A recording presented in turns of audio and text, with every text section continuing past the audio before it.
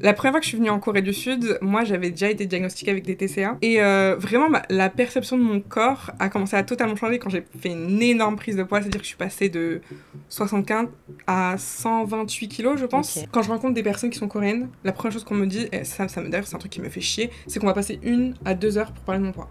Tu sais, moi je vais te donner des conseils, il y a un très bon régime qui fonctionne, il y a une clinique qui vont t'aider, il y a des médicaments à prendre. La première fois que je suis arrivée au Japon, j'étais à mon pic vraiment de poids vraiment énorme. Et en fait, j'ai remarqué que les Japonais regardent beaucoup la poitrine. Alors les remarques, j'en ai tout le temps. Par exemple, la première fois que j'ai vu mes beaux-parents, dès le début, la première chose qu'ils m'ont dit oula, ah oui, elle prend la place, genre c'était direct. Et j'étais en mode, je le savais que j'allais me prendre des remarques, mais j'étais pas en mode, je pensais pas autant. Récemment, on dit que je suis un ticket de loto à gratter. C'est une expression qu'on utilise beaucoup en Corée. C'est qu'en fait, en gros, je suis trop grosse pour savoir si j'ai du potentiel. Mais non, personne me calcule, non, tu es grosse, tu n'es pas désirable. Avant de commencer, trigger warning, je tiens à vous prévenir que cette vidéo va aborder des sujets très sensibles, le culte de la minceur, santé mentale, TCA, boulimie et expériences traumatisantes. Ce que je vous demande, c'est d'être bienveillant envers mon invité et moi-même. Si vous êtes sensible au sujet, je vous invite à regarder une autre vidéo ou à écouter un autre podcast. On parle de choses vraiment personnelles qui touchent des vies et des émotions profondes. Soyons respectueux et soutenons-nous mutuellement. Merci d'être là, merci pour votre compréhension et prenez soin de vous. Ohio! Bonjour les amis, j'espère que vous allez tous très bien. Aujourd'hui, introduction un petit peu spéciale, vous allez vite comprendre. J'ai reçu un message il y a quelques jours auquel j'aimerais répondre parce que je trouve que le sujet est important. Du coup, le message va s'afficher juste ici, mais pour les personnes du coup qui nous écoutent sur Spotify, je vais vous le lire. Hey, je me suis mise à regarder tes podcasts récemment. J'ai pas tout vu, mais je me suis demandé si c'était possible de faire un podcast justement sur la question du poids au Japon. J'ai toujours l'impression que tout le monde est skinny dans ce pays, et n'étant pas mince, je sais que c'est une chose qui me freine à visiter ce pays, car j'ai peur des regards, etc. Bien sûr, avec bienveillance. Je ne doute pas qu'il existe des Japonais en surpoids, etc. Mais voilà, je me suis questionnée. Donc c'est une question, un message qui vient de Pauline. Et les amis, aujourd'hui, je ne suis pas toute seule, comme vous savez, dans mes podcasts, je suis en général toujours accompagnée et de très bonne compagnie. Et je me suis dit que ça pouvait être sympa d'en parler avec toi aujourd'hui, Manal, parce que s'il y a bien une chose qui relie le Japon avec la Corée, on le disait tout à l'heure en off, c'est le culte de la minceur. Ouais, de fou. Avant d'en parler, est-ce que Manal, tu peux te présenter aux personnes qui nous écoutent ? Mais avec plaisir. Bon, coucou, du coup, je suis Manal, je suis créatrice de contenu et je parle essentiellement de tout ce qui va être Corée du Sud. Donc je parle, on va dire, un peu on va dire des news qui se passent en Corée, de mon expérience, je parle un peu de skincare et surtout en ce moment de ma perception du poids en Corée et un petit peu de ma vie, un peu de lifestyle, tout ça. On adore. Ouais, non, c'est cool, c'est chill, c'est chill. Et justement, moi, je t'ai connue à travers un Reels que tu avais publié, un Reels qui m'a fait beaucoup rire d'ailleurs. Et justement, je me suis dit que ça pouvait être intéressant du coup d'en parler avec toi aujourd'hui. Du coup, sans plus t'attendre, on va commencer du coup à répondre à mes petits questionnements. Comment toi, tu perçois du coup le rapport au corps en Corée ? En fait, c'est un peu particulier parce qu'en fait, j'ai l'impression que je suis pas arrivée avec les mêmes bases que tout le monde, on va dire, entre parenthèses. Okay. Parce qu'en fait, moi, je suis arrivée où j'avais déjà des problèmes de perception de mon corps. C'est-à-dire que la première fois que je suis venue en Corée du Sud, moi, j'avais déjà été diagnostiquée avec des TCA. Et c'est-à-dire que quand je suis arrivée, j'avais un poids normal. Okay. Parce qu'on va dire, moi, je fais 1m75, peut-être un peu plus. On sait jamais exactement quelle taille je fais. Et du coup, j'étais à un poids normal. Et en fait, je me sentais déjà... j'avais déjà un peu des remarques en Corée du Sud par rapport à mon poids. Et on va dire que j'avais l'impression que c'était un peu dans ma tête. C'était un peu dans ma tête. Je me dis, bon, c'est peut-être... tu connais un peu... Et quand tu dis des remarques, c'était quel style de remarques ? Alors, au début, vraiment, quand j'étais juste pas en surpoids, vraiment en poids normal, c'était un peu... ah, c'est dommage... si tu perdais genre 3-4 kilos, tu serais vraiment parfaite, tu serais vraiment très jolie, des trucs comme ça. Genre, c'était que ça au début. Et vraiment, la perception de mon corps a commencé à totalement changer quand j'ai fait une énorme prise de poids, c'est-à-dire que je suis passée de 75 à 128 kilos, je pense. Ok. Ouais, donc énorme prise de poids. Et là, ça a été la catastrophe. Parce que quand je suis arrivée sur le territoire coréen, à l'aéroport, mais dès le début, hein, genre, Ouais. dès le début, c'était... on me regardait de haut en bas. Genre en mode... des zones très particulières, genre le ventre, le double menton, les seins. Et je savais que c'était pas dans ma tête. Parce que, autant en France, j'avais pas ce côté où on regardait un peu de la tête aux pieds. Mais c'était vraiment surtout les vieilles personnes. Les hommes, peut-être un peu moins, mais c'est surtout les vieilles personnes ou les enfants aussi. Les Ok. enfants, c'est un peu particulier quand les enfants ils te regardent bizarrement en mode. Ok, ouais, c'est délicat. Hein. Ouais, c'est humiliant. C'est un peu Ouais, humiliant ouais. et tout. Et j'ai capté que, ouais, à partir de ce moment-là, je me suis dit, Et justement, tu disais que tu as pris, t'as pris du poids assez rapidement. Tu peux nous expliquer c'était par rapport à quoi? En gros, donc il y a eu le premier confinement. Ok. Où, comme je disais, j'avais déjà des TCA de base. Et en fait, j'ai eu un peu comment on pourrait dire, une sorte de truc où je voulais un peu contrôler mon poids. Parce que comme, je sais pas, on était un peu confinés et que je savais pas quoi faire et tout, je pense que j'ai eu vraiment une grosse fixette sur tous les réseaux sociaux. Surtout quand il y a eu, tu sais, les régimes à la mode. Ouais, tout le monde se mettait au sport. Cloeting. Voilà ouais, et tout. Mais j'étais grave dedans. Et du coup, ça m'a bien forcé à faire du sport. Sauf que j'étais un peu isolée parce que j'étais vraiment dans ma maison un peu toute seule. Il y avait pas mes parents à ce moment-là. Et en fait, j'ai un peu une relation un peu conflictuelle avec ma maman, qui fait qu'on a des gros problèmes de communication. Et le truc, c'est que ça m'a tellement bouffé mon énergie que en fait, je mettais un petit peu mes nerfs sur la nourriture. Ok. Et ça a pris, franchement, facile 6-7 mois avant de prendre autant de poids. Genre, Ok. ça a été une prise de poids vraiment fulgurante. Genre, je me suis pas sentie grossière, en fait. Ok. Et justement, je me permets de rebondir sur une chose aussi que tu as pu dire. Tu disais que quand tu es arrivée en Corée, tu as senti directement les regards sur toi Ouais. par rapport du coup à ton corps. Là, si ce podcast, les amis, est possible, c'est parce que actuellement tu es au Japon. Ouais, ouais.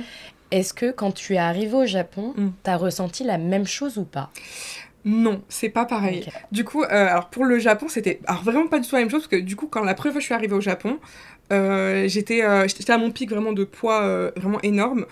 Et en fait, j'ai remarqué que les Japonais regardent beaucoup la poitrine. Ah oui. Oui. Et moi, le truc, c'est que la poitrine, j'ai un truc où je me dis, elle est grosse, elle est là. Faut bien la mettre en valeur. Tu vois, genre, je me dis, tu sais, elle est là, autant ouais, non, mais un petit décolleté, un petit truc comme ça et tout.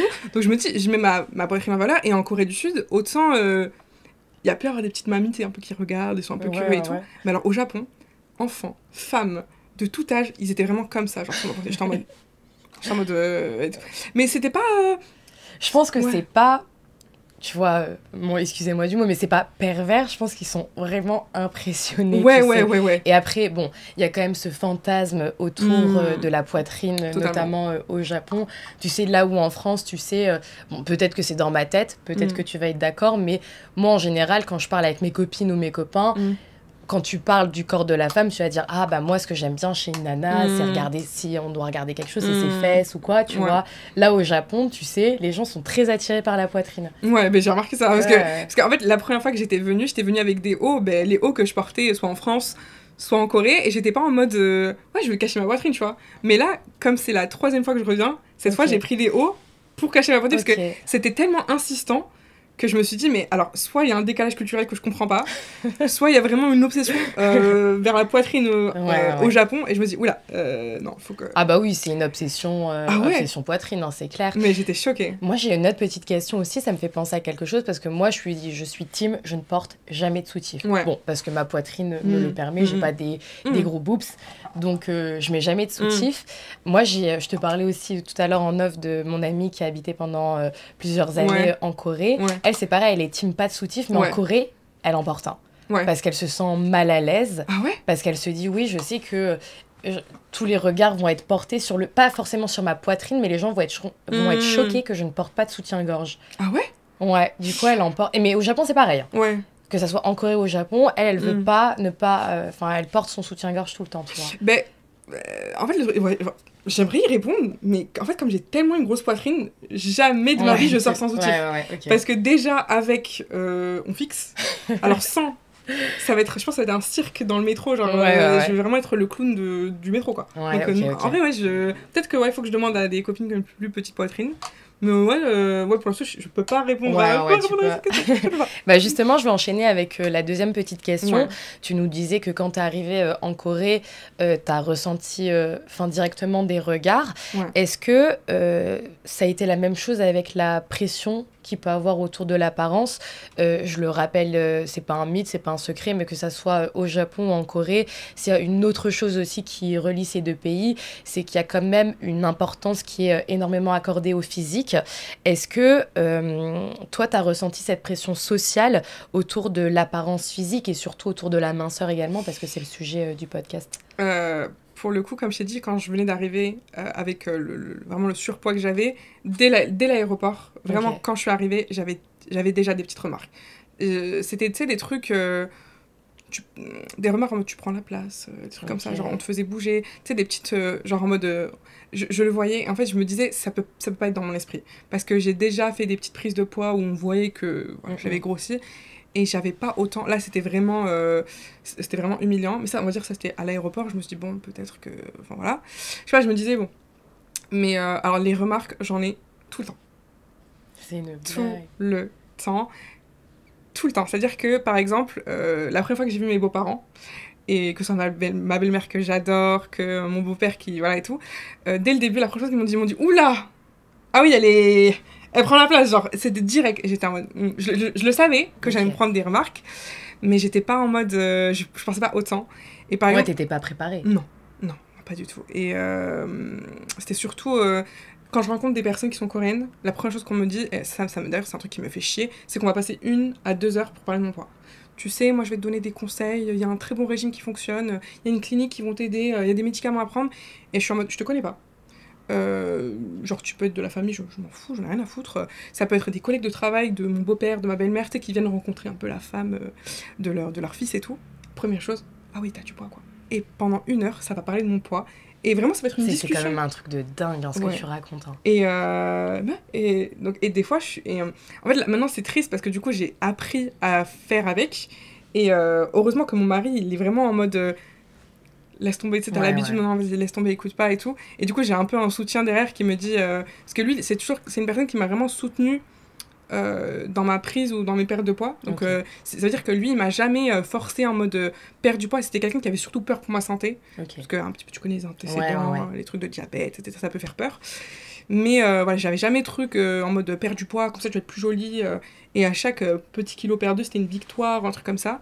Mais alors, autour... Ouais, mais déjà, le lien qui est fait avec la beauté et le fait d'être mince, moi, je le trouve quand même assez abusé, tu vois. Et en fait, comme j'avais expliqué dans un Reels, vu que du coup, je pense que t'es arrivé un peu trop tôt, on va dire, dans la truc, c'est que récemment, j'ai fait un Reels où les gens ont été choqués. C'est que récemment, on dit que je suis un ticket de l'auto à gratter. C'est une expression qu'on utilise beaucoup en Corée. On me dit, ah putain, elle est jolie, mais c'est un ticket de l'auto à gratter. Et je dis, mais c'est quoi ça, un ticket de l'auto à gratter? C'est qu'en fait, en gros, je suis trop grosse pour savoir si j'ai du potentiel. Donc, on m'a pas gratté. Tu sais, comme un ticket de l'auto, tu vois. Et on me dit souvent ça. Et j'étais en mode, ah ouais, genre j'ai l'impression que je suis un prix, mais tu sais qu'on peut pas savoir si c'est vraiment un bon lot ou pas. Mais moi, quand même, ce qui me... aussi, quand je dis fascine, c'est dans le... un peu mauvais sens, tu vois. C'est quand même tout ce que le poids d'une femme peut engendrer. Ouais.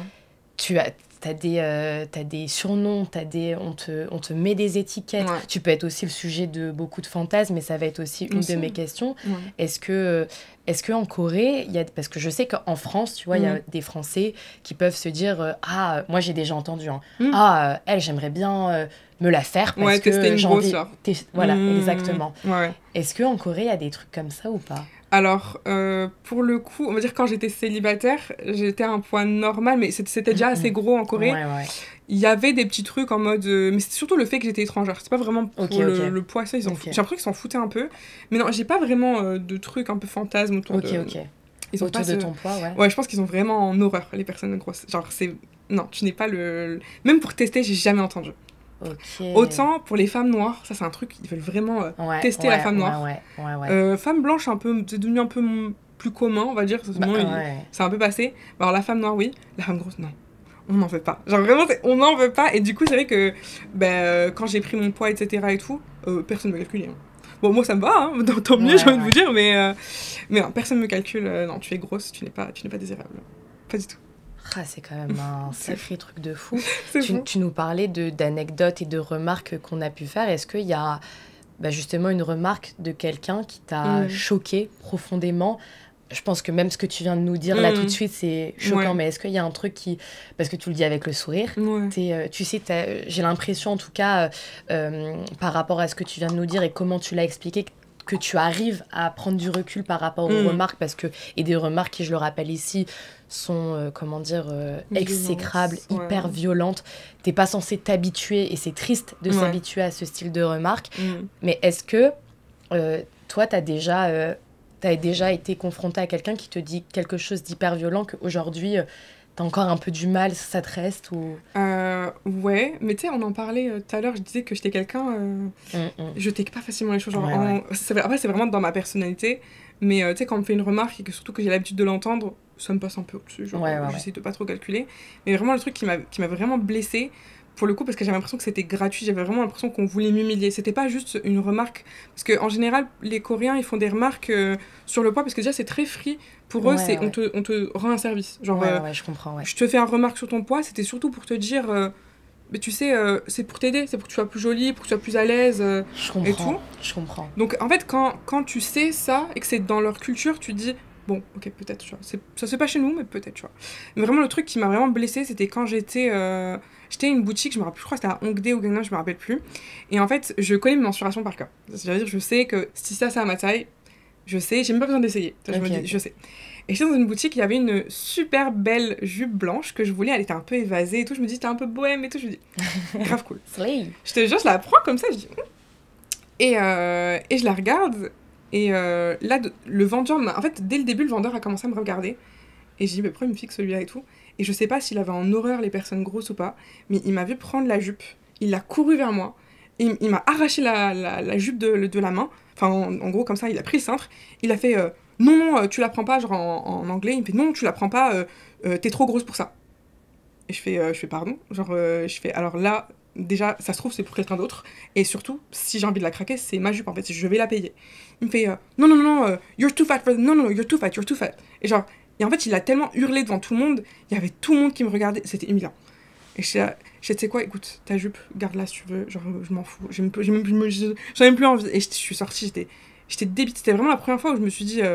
putain, je suis rentrée, j'étais en larmes, quoi. J'étais en ouais, j'étais assez abusée. Genre, pourquoi? Genre, c'était... Le move, il servait à quoi? Tu vois, et au pire, t'es vendeur, fais du chiffre d'affaires et puis ferme ta gueule, tu vois. Genre, j'ai pas compris. Je dis bon, laisse tomber. Et sur ça, ça m'a vraiment blessée pour le coup. Ça m'a saoulée. Putain, tu m'étonnes. Justement, tout à l'heure, moi, j'ai pensé à un petit truc. C'est par rapport à ce qu'on disait tout à l'heure. C'est par exemple, est-ce que tu peux être le sujet du fantasme d'un garçon ou pas, tu vois? Est-ce que en Corée, parce qu'au Japon, tu vois, le fait d'être mince, ça peut être un critère. Et je pense que ça aussi, le Japon et la Corée, je le rappelle ici, c'est différent. Mais il y a des petits trucs, tu vois, qui se ressemblent des fois. Et notamment aussi en amour, tu sais, il y a les trucs un peu ENFPT, machin, au Japon. MBTI. MBTI, et qui existe également au Japon. Au Japon, c'est surtout avec le groupe sanguin. Aussi, ah oui, c'est vrai. Ça, à l'époque, ils le faisaient un peu en Corée. Maintenant, ils sont gravés MBTI. Ouais, et même au Japon, tu regardes sur les, les applications, les dating apps et tout, les gars, ils mettent leur MBTI test et tout. Donc, moi, j'avais parlé avec un de mes colocs et je lui avais dit, c'est quoi pour toi, genre, les red flags chez une meuf, tu vois? Et moi, il m'avait dit red flag, genre, grosse. Ah ouais? Genre, red flag. Red flag grosse. Ouais, red flag. C'est quoi le critère? Enfin, il a expliqué son red flag? Non, genre juste en mode, non, moi les grosses, je peux pas. Parce que même, en gros, c'est ce qu'il me disait, c'est le seul truc qu'il a développé, c'est que lui était plutôt mince. Ouais. Et que du coup, ça matche pas. C'est ouf, hein. Mais je trouve qu'il y a que dans des pays genre style Corée peut-être ou Japon où tu peux entendre des dingues comme ça, tu vois. Mais surtout que red flag c'est un trait qui fait que c'est toxique, genre c'est plus la personnalité. Genre qu'est-ce que le poids va faire dans cette histoire-là, tu vois. De genre, ouf, parce que Ouais, mais c'est comme on disait au début, genre l'apparence physique, que ça soit en Corée ou au Japon, c'est quelque chose de très important. Ouais. Le regard de l'autre aussi. Je sais pas si c'est plus important en Corée ou au Japon, mais en pour tout le cas... coup, je sais pas du tout, parce que comme je t'ai dit tout à l'heure, franchement, je suis vraiment pas portée sur tout ce qui se passe un peu au Japon et tout. Je sais qu'en fait, en Corée, ça peut te fermer beaucoup de portes. Par exemple, je vais prendre l'exemple de ma copine Wendy, si tu passes par là, coucou. Et par exemple, je sais que par rapport à nos partenariats qu'on peut avoir en Corée, je sais que je vais jamais avoir de partenariat pour des fringues.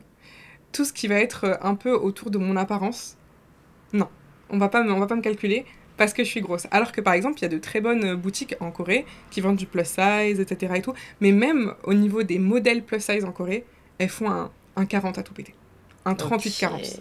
Sachant que, on va dire, pour des modèles classiques, elles vont être autour du peut-être 32, 34, 36 max, on va dire. Et ouais, du coup, par exemple, on va pas m'envoyer des PR en mode oui, teste nos habits, etc. et tout. Non, ça c'est jamais de la vie. Alors que je sais que par exemple, une fille plus mince, elle va avoir beaucoup plus d'avantages par rapport à moi, etc. Donc ouais, ça c'est un truc. Puis même, en général, pour les femmes coréennes, ça me touche pas autant, mais ouais, pour les femmes coréennes ou même les hommes coréens, ouais, c'était un peu. Tu entaches un peu l'image. Ton image est super importante, genre. Ok. Ouais, alors si t'es gros, alors pourquoi En général, bon. Ça, après, je pense que ça reste mon avis, mais je pense que j'ai l'impression que les personnes un peu grosses, etc., soit elles sont un peu derrière, dans les bureaux, personne ne les voit, ou alors c'est fast-food, des trucs tout cons. Mais même une vendeuse, par exemple une vendeuse à H&M ou dans une petite boutique comme ça, il faut que ce soit limite des top modèles, quoi. Ok. Et justement, tu parles d'habits, etc. Est-ce que tu trouves facilement des fringues en Corée? Est-ce que les sizes, elles correspondent vraiment aux sizes que tu peux trouver dans les autres pays? Parce que moi, je sais que si tu compares les sous-vêtements au Japon, je prends une taille 40. Ah, déjà, au-dessus de 40, il n'y a pas. Genre en sous-vêtements, c'est galère à trouver. Donc, moi, je vais à H&M, même si j'évite au maximum quand même les marques de fast fashion, etc. Là, ça va être très controversé, là. Mais là, je peux pas, tu vois, faire autrement. C'est là, dans tous les magasins, H&M, c'est la seule boutique qui propose des sous-vêtements, tu sais, qui sont à ma taille. Ouais. Et rien que là, quand j'étais partie, je crois que c'était à Harajuku, je sais plus où. Ouais. C'est pour ma copine, du coup, parce que en gros, la lingerie japonaise est vraiment. La lingerie japonaise est vraiment incroyable. Je sais que la qualité... Ouais, c'est nickel. Même les soutiens-gorge, même c'est super beau. Hein. Ouais. Et du coup, on y est allé, parce que du coup, elle est beaucoup plus mince que moi. Et je crois que son tour de taille, je crois que c'est un 85. Ok. Impossible de trouver. Et en fait, tout s'arrêtait à 80. Et mais c'est pas possible et tout. Et pourtant, elle est mais moi, grosse, tu sais que moi, les maillots de bain, sous-vêtements, j'ai archi du mal à en trouver. Même, tu vois, par exemple, moi, j'avais fait un plein, j'en avais acheté plusieurs, tu vois, par exemple, quand j'ai mes règles de culottes menstruelles, etc. Ça n'existe pas au Japon, mais j'avais trouvé... non, il n'y en a pas. C'est que des serviettes, il n'y a pas de tampons, c'est trop chiant. Et du coup, j'avais trouvé, par contre, au Donki, c'est pas une culotte menstruelle, mais c'est une culotte où tu peux mettre des serviettes dessus, tu sais. Où en gros, t'as deux étages de tissu, comme ça tu peux renfermer, machin. Et bah, tu vois, je l'ai acheté, mais ça me sert, tu sais. Je me dis, tu vois, quand t'as tes règles, t'as envie d'être à l'aise dans tes sous-vêtements, etc. Et du coup, je la mets jamais. Et j'ai envie de... S'il y a une marque de culotte menstruelle qui passe par là, n'hésitez pas. Je crois qu'elle s'appelle Eve, quelque chose comme ça. Je crois que j'en avais entendu parler. Ok. Une bonne marque et tout, qui s'appelle Eve et tout. Je crois qu'il m'avait contacté, etc. Mais je me suis dit, je sais même pas comment je vais pouvoir aborder le sujet. C'est tellement pas de mon truc. Mais je crois que, ils font même des trucs au cas où. Ça peut être intéressant. Mais ouais, pour les habits... En gros, bon, encore, là, ça va être très controversé et je suis désolée parce que ça fait partie de la réalité. Mais pour mes fringues, on va dire que pour tout ce qui va être habits, j'ai plusieurs options pour les fringues, genre type haut et bas, etc. J'ai Romy Story, 09 Woman. Mais 09 Woman, c'est vraiment... Je trouve ça pas très beau, honnêtement. C'est pas du tout mon style. C'est un peu trop classique, un peu trop coréen. Daron. Ah non. Ouais, un peu ça aussi, tu vois. Et, ou alors, tu sais, très robe, mais je sens que si je vais dedans, je vais ressembler à une mamie. Tu vois, c'est pas du tout mon truc. Romy Story, qui est vraiment génial, surtout en termes de pantalon, c'est vraiment... Les baisses. Ah oui, les tailles sont vraiment comme en France. T'as ton petit 44, t'as ton petit 46 si tu veux. Genre, mais ça monte jusqu'au 54 et tout. Trop bien. Mais alors, la qualité, c'est pas top. Ok. Pour le prix, par exemple, c'est une qualité H&M, mais avec un prix plus que Zara. Ok, ah oui. Donc, par exemple, tu vois, ce haut-là, Ouais. c'est un haut que j'ai acheté. Mais tu vois, la qualité, Ouais. elle est Ça sympa. va, ouais. Ça va, tu vois. Mais 23 €. Ok, ouais. Pour un top, tu te dis... Bah après, ça peut être... Il y a des gens qui vont dire, ouais, mais 23 € pour un top, c'est normal, tu vois. Mais je trouve que pour la qualité, non. Je me dirais, tu vois, 15 balles, peut-être, un truc comme ça. Ouais. Du coup, j'en viens... Et c'est pour ça que d'ailleurs, je ne donne plus mes références sur les réseaux sociaux par rapport à ce qui se passe avec Shein, etc., Temu, etc. Parce que j'ai pas envie d'influencer les gens à acheter l'ultra fashion, enfin, de la fast fashion et tout. Ouais. Mais en fait, le truc, c'est que je suis obligée. Mes sous-vêtements, par exemple, je peux encore porter tout ce qui est culottes, etc. H&M, on va dire ça va. Mais par contre, pour moi, pour les soutifs, mais c'est mort. C'est impossible, ouais. On va dire que les soutifs à H&M, ils vont s'arrêter, 105 D, peut-être on va trouver un E. Mais alors moi, je suis bien au-dessus. Et c'est impossible. Donc je suis obligée d'aller acheter en fast fashion. J'essaye vraiment de faire, 2-3 commandes max. C'est vraiment que les essentiels. Mais à chaque fois, mais j'ai honte en fait à chaque fois de dire je suis désolée les gars, je suis obligée parce que j'ai pas autre chose. Ou alors le soutif va me coûter 45 € et bon. Flemme un peu, ouais. Surtout acheter un soutif 45 € sachant que c'est la même qualité que de la fast fashion, autant acheter la fast fashion et ne pas le refaire tout le temps. C'est clair, c'est clair. Donc un peu galère et tout, et c'est un peu... surtout en parler sur les réseaux sociaux, c'est un peu honteux, parce qu'il y aura toujours des gens en fait qui vont arriver, qui vont te dire « Oui, mais non, tu peux avoir... par exemple, le truc qui me revient souvent, c'est « T'as qu'à acheter sur Vinted. » Vinted, en Corée. Ouais, c'est comme au Japon, ça n'existe pas. Bah oui. Il y a des trucs, je crois que ça s'appelle Tangun chez nous, c'est un... Tangun, c'est carotte. Nous, j'ai oublié, on a aussi notre alternative, mais tu trouves pas de sous-vêtements, tu vois, dessus. Bah oui, non, mais surtout, enfin, ok, imaginons, je vais sur le Vinted coréen, etc. et tout. Oui, mais il y a personne qui fait ma taille de soutif, en fait. Et puis même c'est très rare de trouver des soutifs, etc. C'est clair. En Corée, donc donc obligé de passer par ce passage un peu honteux. Et justement, est-ce que tu trouves qu'il y a plus d'alternatives en France ou en Corée ? Honnêtement, même en France, on n'est pas au point. On n'est pas au point parce que, en fait, je pense que... Je sais pas si les industries détestent le corps de la femme, parce que, en fait, j'ai l'impression qu'ils se mettent en tête un corps modèle et ils font pour ce corps-là. Par exemple, les jeans à H&M, c'est trop bizarre. Par exemple, tu vois, ce pantalon que je porte, là, c'est un H&M. Je l'ai acheté au Japon. C'est un XL, on va dire c'est ma taille. XL, c'est ma taille, on va dire au H&M. J'ai pris la même couleur. Le truc, il est 4 fois trop grand. Genre, il est immense. On dirait que c'est un 4XL. Tu te dis, mais what the fuck, genre, comment ils l'ont coupé ? Et par contre, pour les jeans, c'est vraiment pour les femmes qui n'ont pas de hanches. C'est-à-dire que si t'as un pet... c'est parce que c'est au Japon que t'as acheté. Non, mais peu importe. Ah, ok. France, etc. et tout, ça va être... si t'as un pet de hanche, tu ne rentres pas dedans, même si c'est un 54. Ouais. Ah, je comprends. Bah, surtout H&M et les jeans H&M, je trouve. Hein. Ouais. C'est très... droit. Ouais, c'est clair. Alors, des fois, ça peut être des flares. Hein. Et tu te dis, mais c'est un flair, ça va m'aller et tout. Non, ça ne passe pas. Tu te dis, bon, mais... C'est pas compréhensible parce que tu te dis, la moyenne, on va dire, la taille des femmes, c'est 42, 44. C'est le truc qui sont plus vendus, c'est le truc que tu trouves jamais. Donc forcément, ça amène à acheter de la fast fashion. C'est clair. Donc, et justement, on parle un petit peu des alternatives qui sont finalement pas très présentes en France.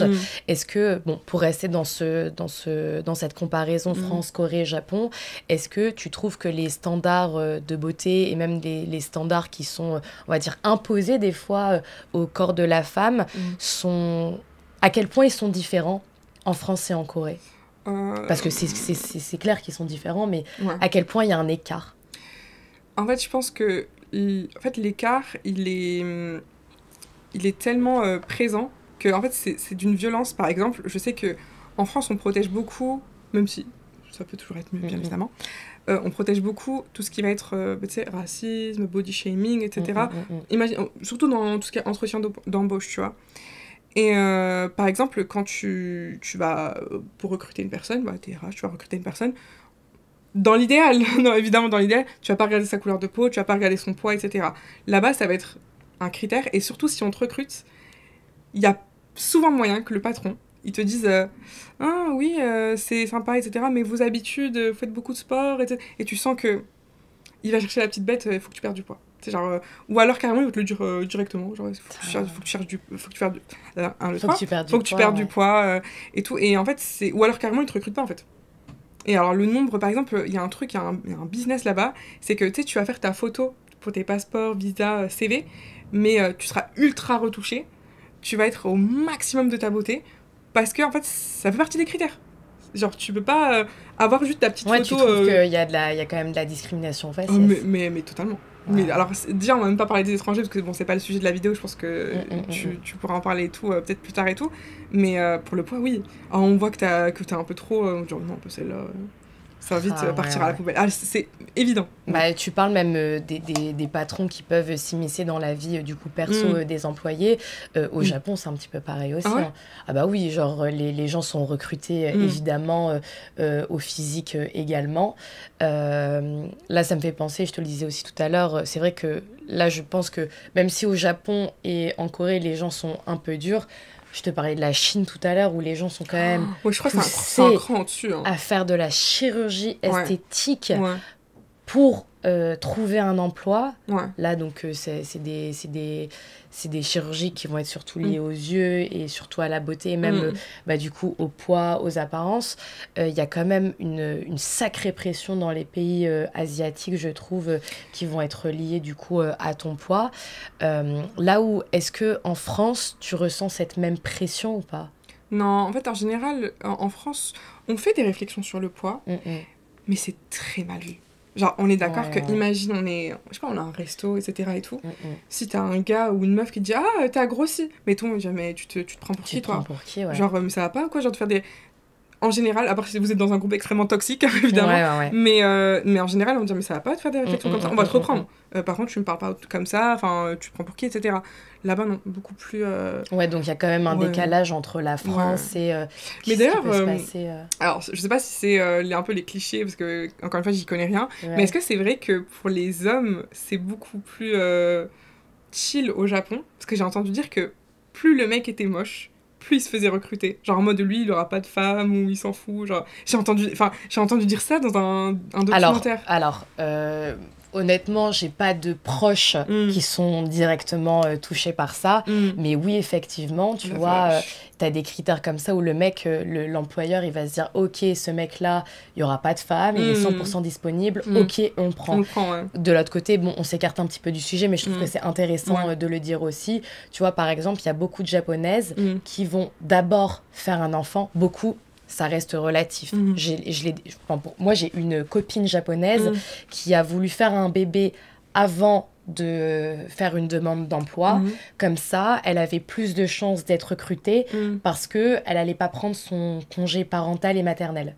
De maternité, pardon. Mais tu vois, j'aurais pensé que parce qu'elle a un enfant, mais genre, il y aurait toujours l'excuse, oui, mon enfant est malade, je peux pas venir. Non, mais justement, elle voulait accoucher, attendre un petit peu jusqu'à ce que l'enfant soit un petit peu grand, tu sais, autonome, pour qu'après, elle fasse alors qu'elle a fait un master, enfin, elle a fait ses études, du coup, entre la France et le Japon, etc.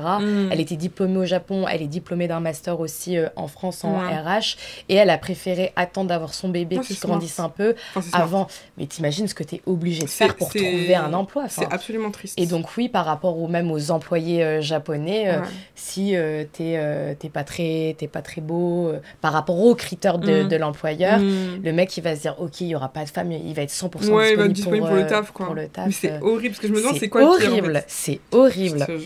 Oh.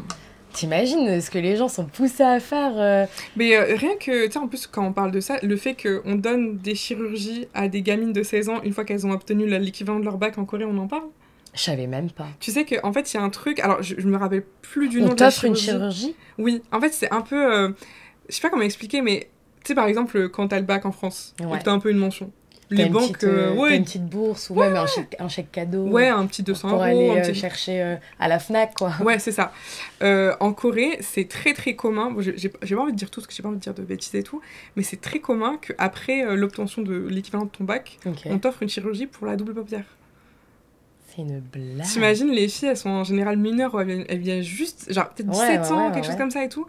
On te dit, ah, félicitations, mais ça y est, je peux te faire opérer des yeux. Après, j'ai quand même l'impression que la chirurgie, elle est 10 fois plus accessible et démocratisée en Corée plus qu'au Japon. Là où au Japon, il y a quand même des japonaises qui se font de la chirurgie. En revanche, c'est pas un truc que tu cries sur tous les toits. Tu vois, J'avais entendu dire... Alors, je sais pas si c'est sur la chaîne de Sora, j'avais entendu dire que apparemment... Non, ou Louis-San, je pense plus Louis-San. Que, en fait, il y a une fille qui faisait des vidéos par rapport à sa chirurgie et que c'était tellement tabou que ces vidéos marchaient super bien parce que du coup, enfin une femme qui parle de ses chirurgies de manière totalement libérée. Tu sais, elle parlait de ses seins, moi j'ai refait ça, le menton, j'ai refait, tu sais, un peu de... Alors que c'était vraiment apparemment un peu mal vu au Japon. En fait, le truc, c'est qu'encore une fois, il y a quand même ce truc au Japon où les beautés naturelles, tu sais, elles sont... Mais comment ils peuvent oser demander quelque chose de genre de super naturel, de genre super bien travaillé, et après dire non mais je veux quand même quelque chose de naturel. Mais non mais c'est pas possible, genre ça n'existe pas, non. Non mais c'est clair. Hein. Et encore une fois, c'est des critères qui sont imposés par les hommes, tu vois. Donc, mais même entre femmes, tu sais... je pense que c'est... Alors, je sais pas si c'est propre au Japon, parce qu'en vrai, tu peux retrouver ça en France. Il y a beaucoup de femmes qui se jugent, tu vois. Les femmes sont très dures entre elles aussi, tu sais. Je sais pas s'il y a ce truc de soror ou pas en Corée, là où, tu vois, j'en avais déjà vite fait parler dans le podcast, où je disais, tu vois, le concept un petit peu de sororité. Alors, il existe, mais il est différent, tu sais, au Japon. Je trouve que t'es très soror entre femmes quand elles sont mamans. Tu sais, elles vont beaucoup s'aider, elles vont beaucoup s'entraider. Là où quand t'es une jeune femme et que tu vois, par exemple, tu vas parler, même en fait, tu n'en parles pas avec tes copines, mais tout ce qui va être porté autour de la sexualité, des coups d'un soir, etc., tu vois, ça, c'est un peu plus tabou, quoi. En Corée, bon, alors j'ai pas beaucoup de copines coréennes, j'en ai quelques-unes, et en général, elles sont un peu plus vieilles que moi, donc il y a toujours ce côté, il faut respecter, etc. et tout, donc, mais ça va comme elles sont un peu dans le truc américain, etc., donc ça va, on va dire. Et surtout, mais vraiment la plus proche, je pense, c'est ma belle-sœur. Et pour le coup, j'ai jamais eu de remarques, genre, déplacées en mode... Genre en mode, non mais tu sais, tu devrais perdre du poids pour plaire un peu plus. Non, toujours, c'est très dans la bienveillance. Et surtout, si je disais que je voulais perdre du poids, elle me dit, mais t'inquiète, je vais t'aider, j'ai des solutions, etc. Et tout. Mais jamais, genre toujours des trucs un peu mignons. Alors, je sais que pour certaines personnes, ça va pas être mignon du tout. Mais par exemple, genre, il y a un truc, genre, elle va souvent me prendre le bras, elle me dit, ton bras il est trop mignon, genre un truc comme ça et tout. Et je sais que ça peut être super mal pris pour le truc. Mais en fait, elle le fait tellement avec une manière tellement douce de le faire que tu sais qu'elle le pense vraiment. Genre, c'est toujours... Après, moi, je dis souvent aussi, tu sais, ça dépend qui te fait la remarque et quelle est l'intention aussi, tu sais. Donc, si quelqu'un te fait... Oh Tu vois, c'est pas pareil que si la personne... Tu vois, moi, j'ai toujours dit, moi, j'aime les nanas qui ont des formes, les grosses fesses et tout, tu sais. Et par exemple, j'ai une de mes potes qui complexait, tu sais, de son tour de hanche, parce qu'elle avait, ça faisait vraiment très orangina. Moi, je trouve ça magnifique, alors elle déteste. Moi, je trouve ça horrible. Sais. Et moi, je trouve ça trop beau, les hanches bien... développées. Ouais, j'adore, tu vois. En fait, c'est bien, mais en même temps, c'est pas... En fait, ça dépend, parce que si, par exemple, tu vis en Corée, au Japon, et tout... T'es pas le modèle, c'est-à-dire que en fait, déjà, on va être très regardant sur ça. Je suis en mode, ah oui, t'as un tour de hanche, il est vraiment balèze et tout. Et en fait, comme t'es entouré de personnes qui n'ont pas ton corps, tu dis, mais putain, pourquoi j'ai ça, quoi? Genre, ça te fait chier. Et pour les habits, c'est pas adapté à ta taille. Tu complexes vite, en fait.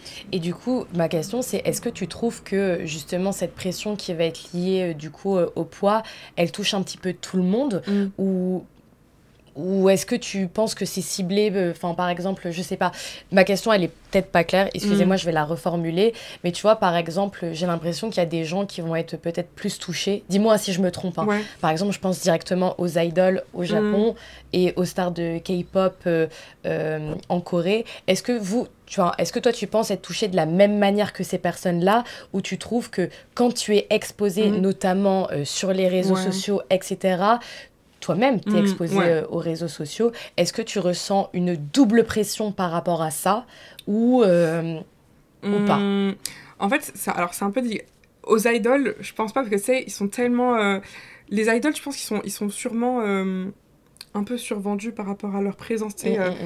C'est comme souvent, malheureusement, comment ils s'appellent, les netizens, les K-netizens, je sais plus. En gros, les fans qui viennent de Corée du Sud, quoi.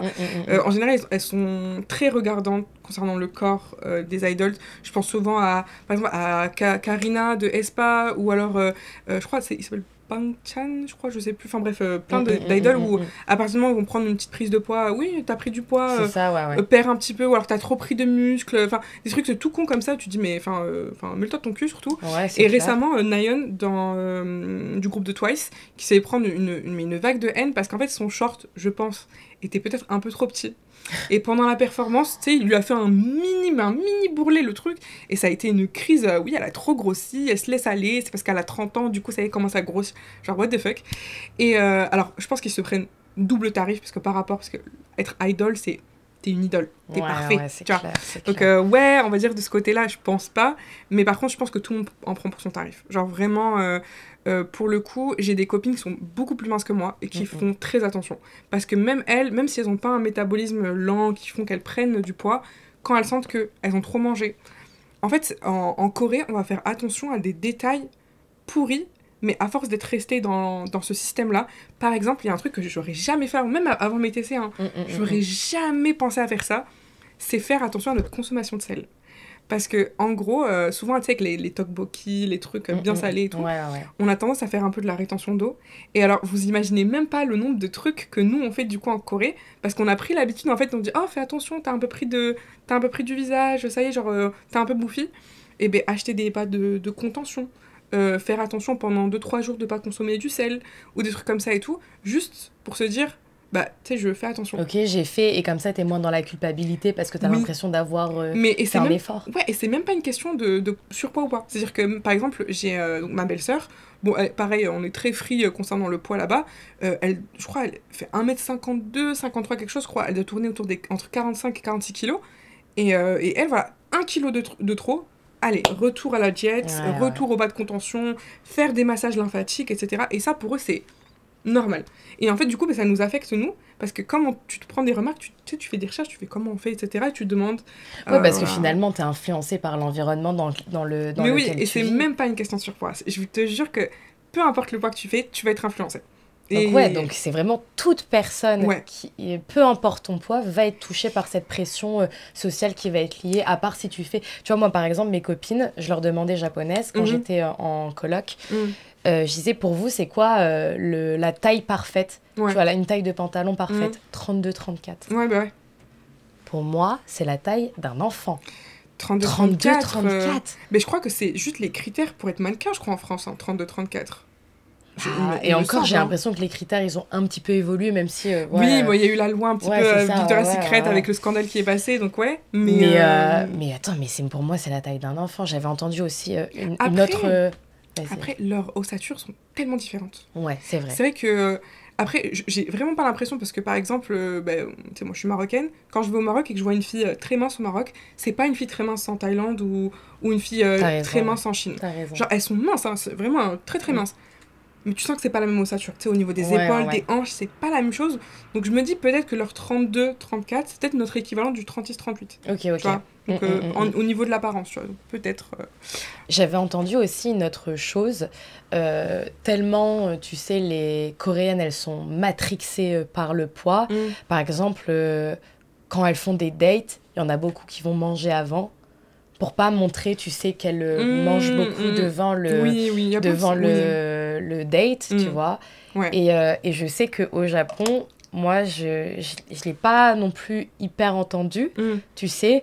Mais par exemple, quand je vais au restaurant, dans les izakaya, etc., et que je regarde un peu autour de moi, tu vois que la fille, elle mange pas trop. Ouais. Tu sais, parce que elle se goinfre pas. Là où, tu vois, moi, quand je suis avec mes potes, je suis en mode passe le kalage, passe ça, et machin.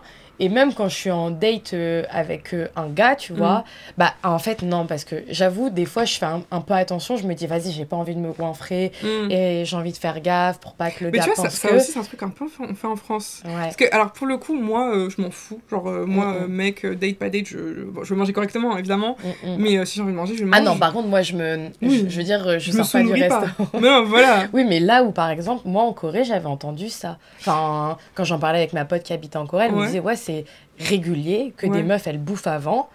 Et après, elles se font un deuxième repas quand elles sont au date. Mais tu vois... Peut-être c'est pas courant et c'est pour ça que je sais pas du tout, parce que pour le coup, moi, j'aurais dit que la Corée du Sud, c'est vraiment un pays où on bouffe énormément. Tu sais, c'est les mukbangs, etc. D'ailleurs, récemment, j'ai entendu un truc, mais j'étais mort de rire. En gros, c'est... Il y a eu un truc, l'obésité a un peu augmenté en Corée du Sud. Sachant que c'est le pays avec le taux d'obésité, un des taux d'obésité les plus bas. J'aimerais bien savoir au Japon aussi, c'est quoi le taux d'obésité. Je crois qu'ils sont bas, c'est comme Chine, etc. C'est bien bas, et en fait, il y a eu une hausse de l'obésité et du surpoids en Corée du Sud, et en fait, ils ont dit, c'est peut-être à cause des mukbangs. Et en fait, il y a eu une pétition que les... Non mais attends, mais c'est incroyable. Il y a eu une pétition que les Coréens ont fait pour interdire cette loi contre les mukbangs, tellement ils adorent les mukbangs. Donc, en fait, alors pour le coup, donc peut-être que c'est vrai, je sais pas du tout, je suis pas la représentante et tout, je sais pas, mais je suis un peu surprise parce qu'en général, c'est des gens qui bouffent, quoi. Ok. Ils aiment bien se nourrir. Ouais, parce que je m'étais dit, ce serait trop triste, tu vois. Et au final, c'est trop triste, mais c'est une pression que je me suis déjà mise aussi, tu vois. Au final, c'est pas forcément lié à un pays ou à un autre, mais là où moi, je me suis jamais dit, je vais bouffer avant le resto, tu sais, et bah, peut-être, d'où la question, est-ce que c'est un truc qui se fait régulièrement mais franchement, j'ai jamais entendu parler de ça. Bah, peut-être j'ai dû louper l'info. Mais moi, non, j'ai pas l'impression. Alors peut-être, j'ai déjà entendu plein de stratégies en mode pour paraître mignonne ou un truc comme ça et tout. Et puis en général, j'ai déjà entendu pas mal de Coréens dire moi j'aime bien quand les femmes elles mangent bien. Genre quand elles sont là, elles se retiennent et... Bon, c'est très paradoxal parce que comment dire qu'une meuf elle doit rester mince mais elle doit bien manger. Genre, ça passe. Ah c'est mignon qu'elle mange beaucoup. Oui et tout, mais par contre faut pas abuser quoi. Je comprends. Et ça me fait penser aussi à une autre petite chose. C'est dans le fil conducteur des questions que je te pose depuis tout à l'heure. Est-ce que tu t'es déjà dit, ok, mon poids a déjà influencé mes relations sociales avec les Coréens, les autres, ou t'es en mode, bah, en vrai, non, genre, moi, mes potes, c'est, genre, je me suis jamais fait juger par mes potes. Bah, je dirais pas que ce soit mon poids, parce que, encore une fois, je suis pas coréenne, donc je pourrais pas dire que c'est mon poids qui fait que j'influence mes relations avec les personnes, mais par contre, c'est ma façon de me voir. Ça, je sais que moi, j'ai des moments où, par exemple, je suis très à l'aise, genre avec mon poids, je m'en fous, je m'habille, petit outfit, tu sais, très clean et tout. Mais il y a des moments où je vais être vraiment... où je me sens vraiment comme une merde. Genre, où tu te dis, putain, mais...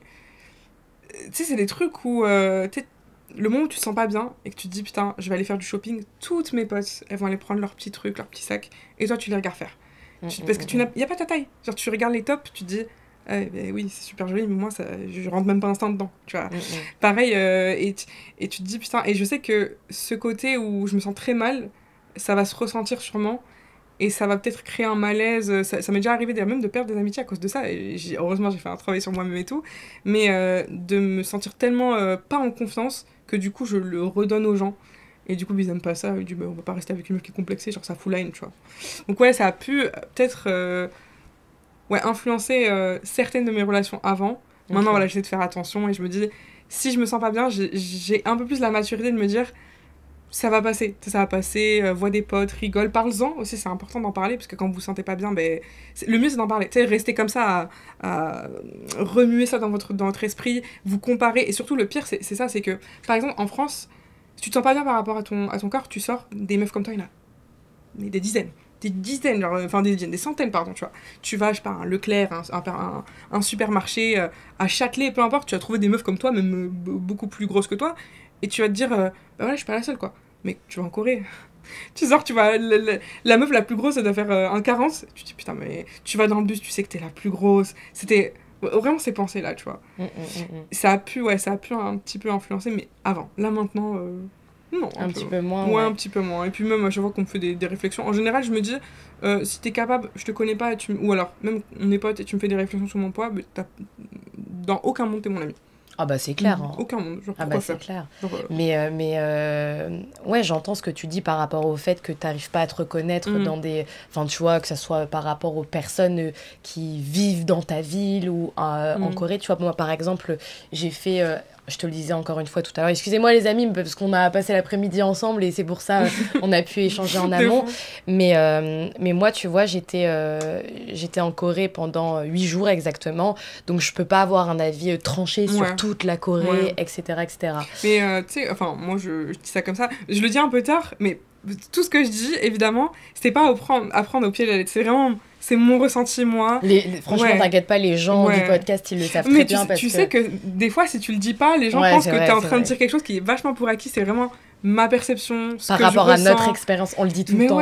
Mais t'inquiète pas, à chaque fois, on le précise au bout de 45 minutes. On dit, au fait, les amis, on vous dit ça par rapport à notre expérience, c'est notre avis. Si ça tombe même dans une semaine, on aura changé d'avis. Évidemment. C'est une discussion qu'on a à l'instant T. C'est un truc qui est intimiste, une discussion qu'on peut avoir toutes les deux. C'est comme si la caméra était éteinte. C'est de fou. Donc, mais parce que moi, par exemple, j'ai une amie qui, pareil, un peu en surpoids, mais elle en a rien à foutre. C'est-à-dire qu'elle, en plus, elle est giga solaire, aucun complexe, je m'en fous. Genre, en fait, elle sait, par exemple, elle se dit oh oui, j'ai du poids à perdre, mais ça va pas affecter mes amitiés. Si tu me fais des réflexions, je m'en fous. Genre, elle est très rien à voir, tu vois. Alors que, tu sais, genre, quand t'as un background avec un peu, tu sais, des TCA, des problèmes de manque de confiance, ça peut grave altérer le jugement de ton expérience, tout simplement. Mais c'est vrai que, et surtout, il y a un truc, c'est que, par exemple, et ça c'est un truc que je revoyais beaucoup sur mes réseaux sociaux, qui me disait moi je suis allée en Corée du Sud, j'ai jamais eu ça, alors que moi je fais une taille 50. Alors oui, pour le coup, si vous venez en Corée du Sud, que vous n'avez pas on va dire de famille coréenne ou d'amis coréens, que vous venez que pour 2 semaines, et que vous parlez pas d'autres coréens, mais pas du tout, genre même que tu viens pour 3 mois, tu visites Myeongdong, enfin là où il y a plein de touristes et où les gens s'en foutent, et en général les Coréens sont vraiment pas très regardants, genre ça va vraiment être un petit peu les trucs à force quand tu traînes un petit peu dans les petits quartiers où il n'y a pas beaucoup de touristes, c'est là où on va plutôt te regarder, etc. Oui, si vous venez en 3 mois, vous n'allez pas expérimenter ça. Et peut-être que oui, finalement. Mais voilà, c'est pas en 3 mois de Corée ou de Japon, j'imagine, que vous allez ressentir ça. Je pense que c'est vraiment sur la longueur, avec qui vous traînez, ça dépend vraiment de l'expérience de chacun. Ah bah c'est clair. Et justement, moi, ça me fait penser à 2 petites choses. Je te rejoins totalement sur le fait de... C'est pour ça que moi je précisais, en une semaine je peux pas parler de la Corée comme toi tu en parlerais parce que tu y habites depuis carrément plus longtemps. Mais du coup, j'ai même 3 choses sur lesquelles j'aimerais bien rebondir, vraiment de manière très courte. Mais moi, quand j'étais à Gangnam pour faire en gros un soin de peau, etc., où tu vois tous les gens refaits, t'imagines, j'ai juste passé l'après-midi et même moi je me suis dit genre ça m'intéresse, tu sais. Et j'ai tapé sur internet en mode rhinoplastie, machin, enfin bon bref, t'imagines en une après-midi tu te fais influencer. Je te rejoins sur une autre chose quand tu dis voilà, en 3 mois, évidemment, il y aura des personnes qui auront une expérience différente. Là où toi, tu habites depuis plus longtemps, donc tu as un regard différent sur le quotidien que tu peux avoir en Corée. C'est exactement pareil au Japon, quand tu as des donneurs de leçons qui sont venus 2 semaines, tu sais. Et même moi, ou alors les boomers aussi. Les gens qui, ça fait 10 ans qu'ils sont... Genre, en fait, ça fait 10 ans qu'ils sont là, mais tu sais, quand tu regardes leur profil, tu sais qu'ils ont un IMC totalement normal, et tu te dis, mais attends, mais déjà, tu n'as pas du tout le corps pour parler de ça. Et à la limite, même genre, allez, même si t'as un IMC normal, tu peux te prendre quelques réflexions, mais alors quand vous êtes genre même proche de l'obésité ou même obèse, vous avez pas du tout le recul de ce qu'une personne peut vivre, genre, c'est n'importe quoi. Non mais c'est clair, et tu vois par exemple, ça me fait penser à une petite chose où genre, t'as des codes culturels au Japon que tu ne peux pas percevoir, même en 3 mois, tu sais. Non. Même quand tu squattes pas avec des Japonais, tu traînes pas quotidiennement avec des Japonais, tu ne travailles pas avec des Japonais. Par exemple, là où tu vois, j'en avais fait un podcast justement avec Mitsu, on parlait du tatemae. Le Mitsu, ça fait 15 ans qu'il habite ici. Le tatemae, en gros, c'est pas le truc de respect Alors, tu vois, c'est du respect, c'est énormément vu par les personnes qui ne savent pas comme de l'hypocrisie des Japonais. En fait, c'est tatemae, c'est en fait le fait de construire une façade en face de toi. Donc, tate qui vient du verbe construire et mae, donc devant, quand tu regardes les kanji, tu vois. Et donc, c'est la façade que tu construis envers les gens. Par exemple, il y a quelqu'un qui t'embête, tu vas rester poli, tu vois, t'as un client chiant, tu restes poli. En fait, tu montres, jamais ta vraie personnalité, quoi. C'est un peu ça, en fait, tu vas jamais, rentrer dans, tu vas rien faire pour créer un moment gênant, tu vois. C'est tout le temps mettre la personne à l'aise avant toi, etc., etc. Il y a beaucoup de gens, voilà, c'est ce que je te disais, qui comparent ça ça à de l'hypocrisie parce que les gens vont jamais dire ce qu'ils pensent vraiment, parce qu'on n'a pas envie d'arriver à une situation qui peut être embêtante pour l'autre personne. Là où tu vois, le tatemae, pour ceux qui habitent ici, bah franchement c'est cool, tu vois, parce que t'as pas de conflit. Alors évidemment, des fois il y a un petit peu un manque d'honnêteté, mais qu'est-ce que tu t'en fous, tu sais, genre t'es là pour 3 mois, si c'est avec des gens, si c'est avec des gens que tu ne connais pas, et ben c'est mieux, tu vois, il y a un respect mutuel, tu vois, où tu vas pas t'embrouiller avec quelqu'un. Si c'est avec des amis, c'est là où c'est peut-être un peu plus compliqué à gérer quand il y a du tatemae, mais voilà, effectivement mais ça, maintenant que tu me parles de ça, ça y est, je viens de capter un truc. J'ai une amie qui a vécu au Japon pendant 4-5 mois. Et en fait, elle est venue célibataire, etc. Donc, elle n'était pas contre non plus de se faire un petit copain, un truc comme ça. Genre, elle s'est dit, bah, pourquoi pas, c'est peut-être l'occasion de se faire des rencontres. Et elle m'a expliqué que, par rapport, parce qu'elle a vécu très longtemps en Corée aussi, elle m'a dit par rapport aux Coréens qui sont beaucoup plus cash, on va dire, dans leurs demandes ou dans ce qu'ils veulent. Bon, évidemment, ça dépend. Parce qu'évidemment, des fuckboys, il y en a un peu partout. Donc, ceux qui vont te mytho, ça existe. Mais par contre, elle me disait que c'était impossible de savoir ce qu'ils pensaient. Parce que, genre, elle allait en boîte de nuit. C'est vraiment une meuf de la night, etc. et tout. Et elle allait en boîte où, quand elle avait un petit peu une relation avec un mec, le mec était un... oui, mais on va se voir, t'inquiète. Et tu sais que je lui disais, mais du coup, tu veux quelque chose... je sais pas, etc. C'était tellement flou. Et elle me disait, bon, non, j'ai abandonné. Je me dis, c'est impossible de créer quelque chose avec des gens qui sont juste polis, tu vois. Tu sais que ça, on pourrait faire un podcast entier sur ce sujet-là. Et ce serait intéressant d'avoir le point de vue d'un de mes potes, justement. Mais il y a tellement de choses à dire, même autour du consentement, autour de le fait que ça soit une étrangère aussi. Donc il y a beaucoup de Japonais qui vont être très impressionnés par rapport au fait que tu sois étrangère, tu sais.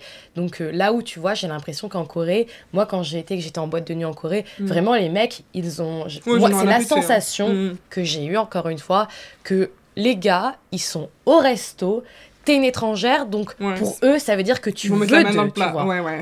Ils vont mettre la... Et moi, je suis en mode... déjà, je trouve qu'aussi, en tout cas en boîte, j'y suis allée 2 fois. Les 2 fois, il y a les gars qui m'ont touchée. Là où au Japon, il y a personne qui te touchera jamais. Genre, les gars, ils arrivent, ils se mettent derrière toi, ils te collent, tu vois. Ils sont en train de coller la petite, en fait. Vraiment. Là où au Japon, ça n'arrive pas, à part si... Tu vois, genre, tu parles bien. Donc, en fait, au Japon, les relations, elles sont très, rythmées par les phases. Donc... Ego, après machin, tu vois, genre donc même quand t'es étrangère, tu vois, les gars ils perdent pas ce truc hyper codifié dans les relations, tu sais. Et mais en fait ça reste toujours dans le thème de ils se permettent beaucoup trop, les Coréens. Genre ils se permettent de te faire des remarques, ils se permettent de toucher, ils se permettent de faire des réflexions que tu n'as jamais demandé, de te donner des conseils dont t'en as rien à péter, parce que très sincèrement quand une personne, et ça c'est vraiment un message, c'est universel, hein, Corée, Japon, Chine, États-Unis, peu importe, une personne qui est en surpoids, surtout quand ça fait un peu longtemps qu'elle y est, elle a essayé mais maintes et maintes vraiment choses. J'avais régime, diète, hypnose, elle a tout pensé. Et quand t'arrives et que tu vois un full random et qui te dit oh tu sais tu devrais tester le jeûne intermittent, mais ta gueule, genre tu sais, je me regarde dans un miroir et je sais ce que je vois, je sais que il y a des choses que je peux faire que je n'y arrive pas.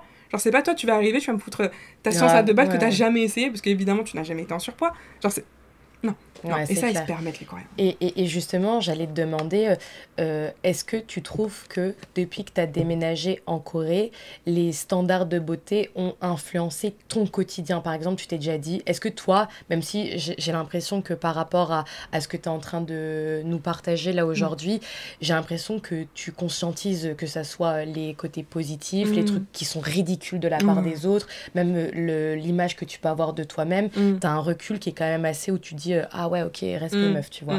Mais est-ce que tu as déjà eu des moments de faiblesse où tu t'es dit, ah, ce petit régime que machin de star de K-pop, idol a recommandé, où tu manges que du verre, où tu bois que de l'eau, est-ce que tu as déjà craqué ou pas?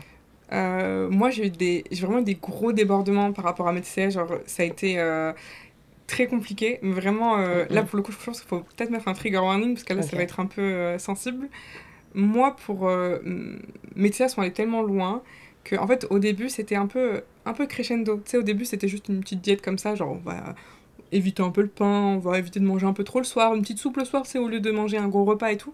Donc, ça allait un peu crescendo, et après, ça arrivé genre sur les régimes K-pop. Je crois d'ailleurs, en fait, ce qui est marrant, c'est que, comme j'ai eu mes TCA avant la Corée du Sud, ce qui m'a vachement intriguée par rapport à la Corée, c'est leur manière de voir les régimes, c'était pas du tout... C'est pas vraiment pris au sérieux, en fait. En France, c'était un petit vlog, une journée dans mon assiette, mais c'était pas vraiment poussé. Et moi, j'avais ce truc où quand j'étais dans mes TCA, il fallait que ce soit poussé. Je voulais ouais, je voulais tout savoir, comment elles font perdre du poids sur le visage, sur les bras, etc. et tout. Et c'était tellement bien... Enfin, dans mes délires, hein, évidemment, dans ma maladie, c'est tellement bien fait que je me suis vraiment intéressée à ça plus que de la K-pop ou des dramas, etc. Et donc, en fait, ça a poussé le délire où, par exemple, genre, je faisais des régimes un peu K-pop, genre, tu sais, patates douces, pommes de terre, pommes, des trucs comme ça, où le soir, on mangeait rien, pas de riz. Même le kimchi, par exemple, le kimchi, quelque chose qui est très... qui a un banchan, c'est un... Pour ceux qui savent, ouais, c'est une sorte d'anka, etc., à base de choux marinés. Bon. Ouais, c'est délicieux. Même le kimchi est très régulier pendant les régimes, parce qu'il y a beaucoup de sel dedans, donc faut faire attention, etc. et tout. Et ça m'a mis dans une sorte de matrix où je voulais toujours pousser très loin, et en fait, je suis tombée sur des comptes un peu pro-Anna, etc., coréens. Et là, en fait, quand je dis qu'elle poussait le truc à l'extrême, c'est que j'ai jamais été... j'étais choquée, même dans ma propre maladie. Genre, j'étais là, ouais, ça va loin. Et genre, c'était des trucs où, par exemple, elle mangeait rien, où elle se butait, ou un peu une sorte de pilates, etc. Mais genre, elle restait enfermée dans leur chambre, elle buvait que de l'eau, ou les seuls endroits qu'elle avait, c'était peut-être une patate, ou un truc comme ça et tout, où elle perdait de manière fulgurante et tout. Et là, moi, ça m'a emmené dans des trucs où j'ai eu des trucs où je purgeais, donc tout ce qui était vomi, boulimie, etc. et tout. Et malheureusement, j'en ai payé les pots cassés, quoi. Genre, j'ai perdu plein de dents à cause de ça. J'ai eu des trous dans l'estomac à cause de ça aussi. Donc oui, en fait, si tu te laisses emporter, que t'es déjà faible mentalement par rapport à ton corps, par rapport à la perte de poids, tu pars très vite. Mais alors, c'est très facile d'accès pour trouver des trucs extrêmes. Genre très très facilement, même sur YouTube. Hein. Il y a une vidéo, je me rappellerai toujours, j'étais choquée. C'était une vidéo qui, je crois, qui a 7 millions de vues. Et c'est juste une fille qui se laisse juste mourir en fait dans son appartement. Et tu ça me fout les frissons. Et tu sais que le pire, c'est que sa vignette, en fait, c'est elle où on voit que son dos. Où on voit ses os, en fait, au niveau de son dos, etc. Et tu vois des commentaires, surtout coréens, qui disent oui, toutes les personnes qui lui disent qu'elle fait ça, c'est mauvais pour sa santé, elle au moins, elle a de la discipline, c'est pas comme vous, etc. et tout. Et j'étais choquée parce que tu voyais juste une meuf, en fait, faire du pilates chez elle, pas sortir de chez elle, et bouffer une petite patate dans la journée, et à la fin, elle avait perdu 7 kilos dans la semaine, et elle était contente, quoi. Et genre ça... Déjà, quand t'es faible, c'est... Genre, tu regardes, même t'es un peu choqué, mais ça te tente. Tu te dis, ah, pourquoi pas et tout. Et ça t'emmène dans des trucs extrêmes. Ouais. Ah ouais, non mais moi même si je suis loin de ce que, par exemple, de la vidéo YouTube dont tu viens de parler, j'en avais parlé, je sais plus dans le podcast, je pense pas, mais en tout cas en Reels, j'avais fait 2 petits Reels sur ma prise de poids où en même pas un an, j'avais pris 23 kilos. Ouais. Et effectivement, là où tu vois, je trouve qu'en France, alors peut-être que je suis pas assez renseignée, peut-être que ça me concernait pas, comment dire, vu que c'était sur une petite durée, que j'ai pas vécu avec, tu sais, les jugements par rapport à mon poids, etc., etc. Ouais. Peut-être que j'ai pas eu accès à toutes ces informations. Ouais. Mais là où, par exemple, quand je cherchais à faire des régimes, tu parlais d'accès aux informations et surtout sur du contenu coréen, etc. Là où je trouve qu'il y a quand même vachement plus de pression en Corée qu'au Japon. Moi, quand je cherchais à faire des régimes, même quand je tapais ça sur les réseaux sociaux, je trouvais des régimes coréens, tu vois. Là où tu vois au Japon, je trouve qu'il y a même si les gens sont peut-être un peu plus durs, on en parlait tout à l'heure, il y a le tatemae qui va faire que les gens ils vont pas dire ah mais perds du poids, perd machin. Si la personne elle s'inquiète pour toi, ça va être plus ah viens on va faire du sport ensemble. Tu vois, c'est un peu plus doux, c'est un peu plus doux, c'est un peu plus subtil, même si tu vois tu sais ce que la personne elle veut te faire comprendre, tu vois. Et après nous il y a en tout cas ici, après c'est par rapport je pense plus je sais pas s'il y a un côté peut-être plus religieux ou spirituel par rapport à ça, mais il y a des trucs qui vont s'appeler, alors si je dis pas de bêtises, c'est les 80 ouais, genre Hala Hashibu, genre où tu manges mais c'est toujours pour trouver un équilibre entre le côté spirituel, ton corps, etc. Tu vois. Où là, tu vois, là où je trouve qu'au Japon, des fois, la santé mentale, surtout au travail, etc., c'est très peu pris en compte.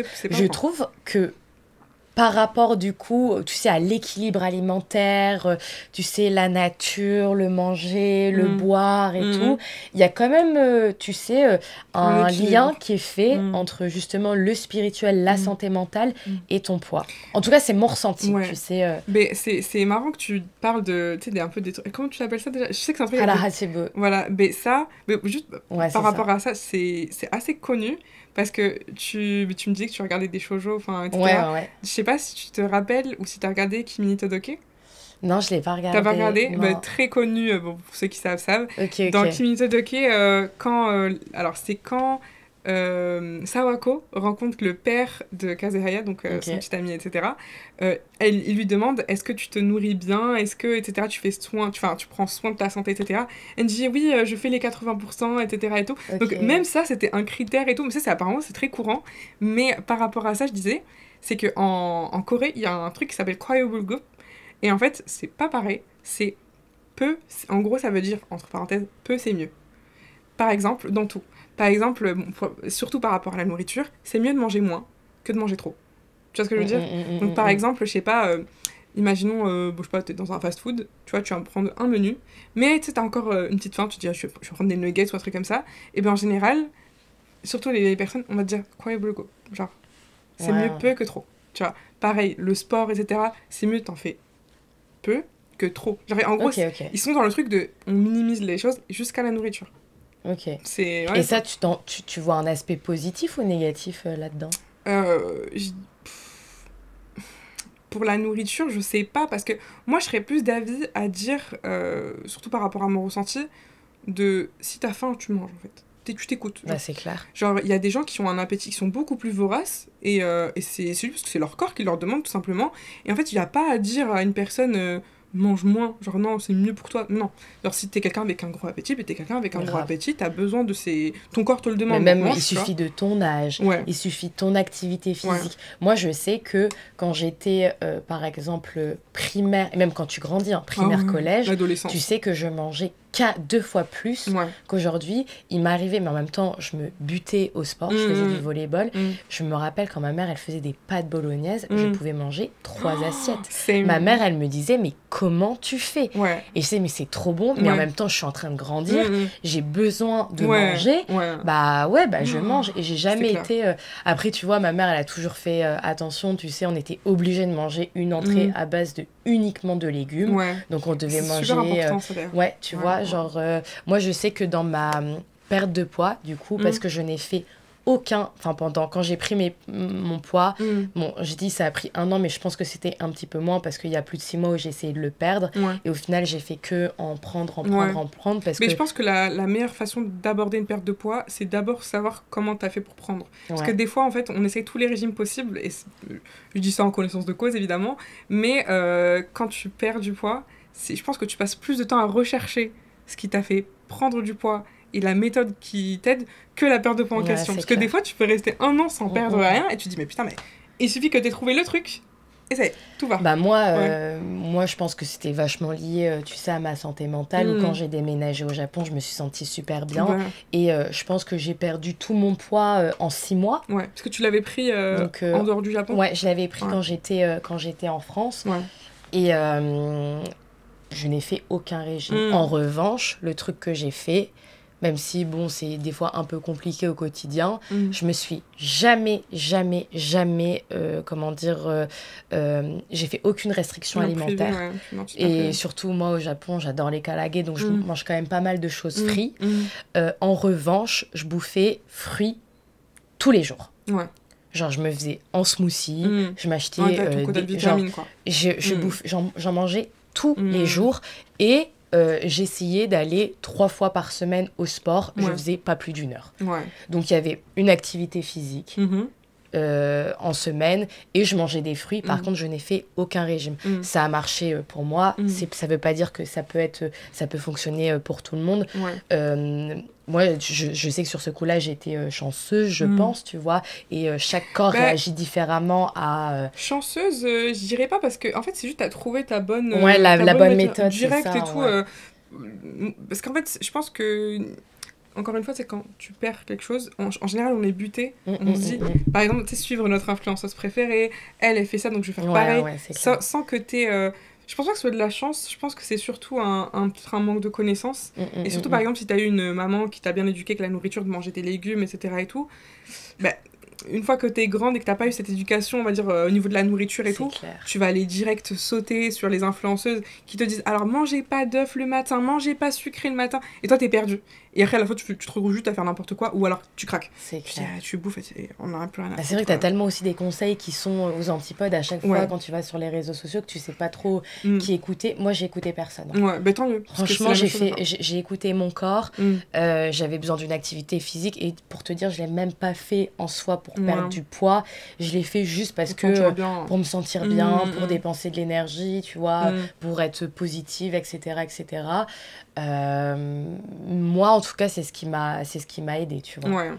Ben y a un truc en Corée où par exemple quand moi j'étais en France, tout ce qui était régime, etc. et tout, c'était un peu la même chose. Il y avait ce truc en France, et je crois que c'est encore d'actualité, c'est soit la règle de tu manges comme un roi le matin, comme un prince au déjeuner, et comme un pauvre le soir. En gros, c'était vraiment faire attention à ce qu'on mangeait les soirs, et surtout tout ce qui est carbs, le riz, les pâtes, faire attention. Alors en Corée, pas du tout. C'est vraiment un truc où en Corée, on te dit de manger c'est beaucoup plus précis. C'est genre moins de sel, moins de riz, moins de kimchi. C'est genre c'est dans le moins, quitte à manger des portions limite pour bébé. Et surtout, ils sont très adeptes du jeûne. C'est-à-dire que par exemple, moi c'est un truc quand j'ai demandé à ma belle-sœur, parce que en fait je voyais ma belle-sœur, littéralement je vous jure, peut-être une fois par mois. Ouais, une fois par mois, elle était... moi je suis dans mon régime là. Et elle le suivait à la lettre. C'était le matin, elle prenait une boisson un peu soja, etc. À midi, elle mangeait super bien. Et le soir, tu la voyais plus. Et le soir, tu la voyais plus puisqu'elle était dans son étape de jeûne. Et rebelote. Elle faisait ça pendant 2-3 jours et ça y est. Genre, jusqu'à ce que ça recommence et que ça refluctue. Mais par contre, en France, on dit souvent il faut pas trop se peser parce que ça peut être assez toxique. T'sais. Ouais, moi j'ai pas de balance, je me pèse pas. Faut pas en vrai. Mais par contre, eux, tu dois te peser tous les jours. Parce que, en fait, la fluctuation de poids fait en sorte que il faut que tu notes où est-ce que t'as merdé. Tu vois.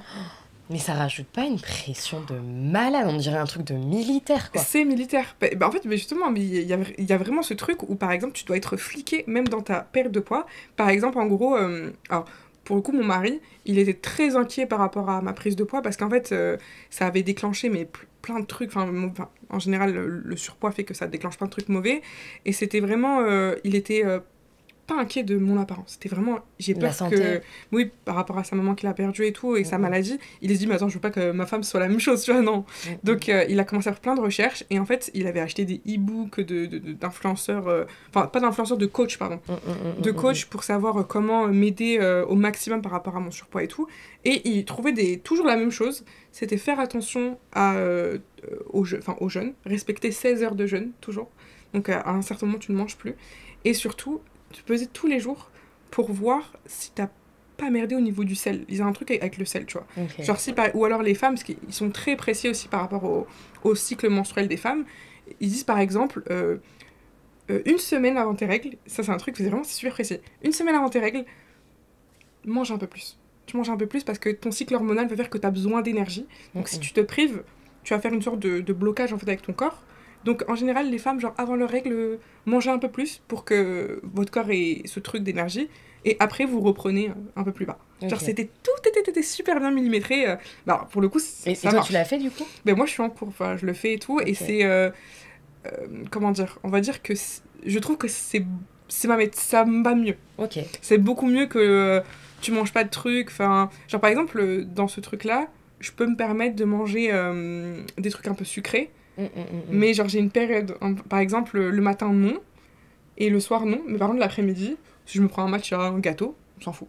Parce que c'est dans la période où tu peux manger. C'est c'est à la fois, ça demande de la discipline, mais tu restes libre de choisir quel aliment tu manges. Et mais du coup tu manges pas le soir ? Non, j'évite de manger. Alors soit je mange, on va dire le soir, et par contre toute l'après-midi je mange pas. Mais est-ce que ce serait pas mieux? Moi, c'est une question que je te pose, hein, parce que moi, pareil, je me rappelle à l'époque, j'avais testé plusieurs choses. Ouais. Il y a des choses qui n'ont pas fonctionné, il y a des choses qui ont fonctionné. Et, euh, et genre, en tout cas, quand j'ai perdu du poids, quand je suis arrivée au Japon, tu vois, moi, les trucs de restriction, tu vois, quand je mangeais pas, j'ai déjà testé, moi, je tiens vraiment pas longtemps parce que je me sens hyper faible, je suis désagréable, j'arrive pas à réfléchir parce que je pense qu'à mon ventre qui est creux, tu sais. Euh, Est-ce que, déjà, c'est pas dur de dire, je suis obligée de suivre ça hyper longtemps, tu vois, et est-ce que c'est pas mieux de dire, mais je mange, mais juste genre, par exemple, je me fais plaisir avec une salade ou... c'est vraiment une question qui paraîtrait peut-être bébête, tu vois. Mais moi, je sais que ça m'a bouffé la vie de me dire, là, je mange pas là. Genre, là, je fais pas ça. Tu sais, par exemple, j'en étais arrivée à un point aussi une fois, enfin, quand j'étais... parce que j'avais commencé la création de contenu quand j'avais pris mon poids. Et par exemple, quand j'étais à fond dans mon travail et que je voyais pas l'heure passer, je me disais...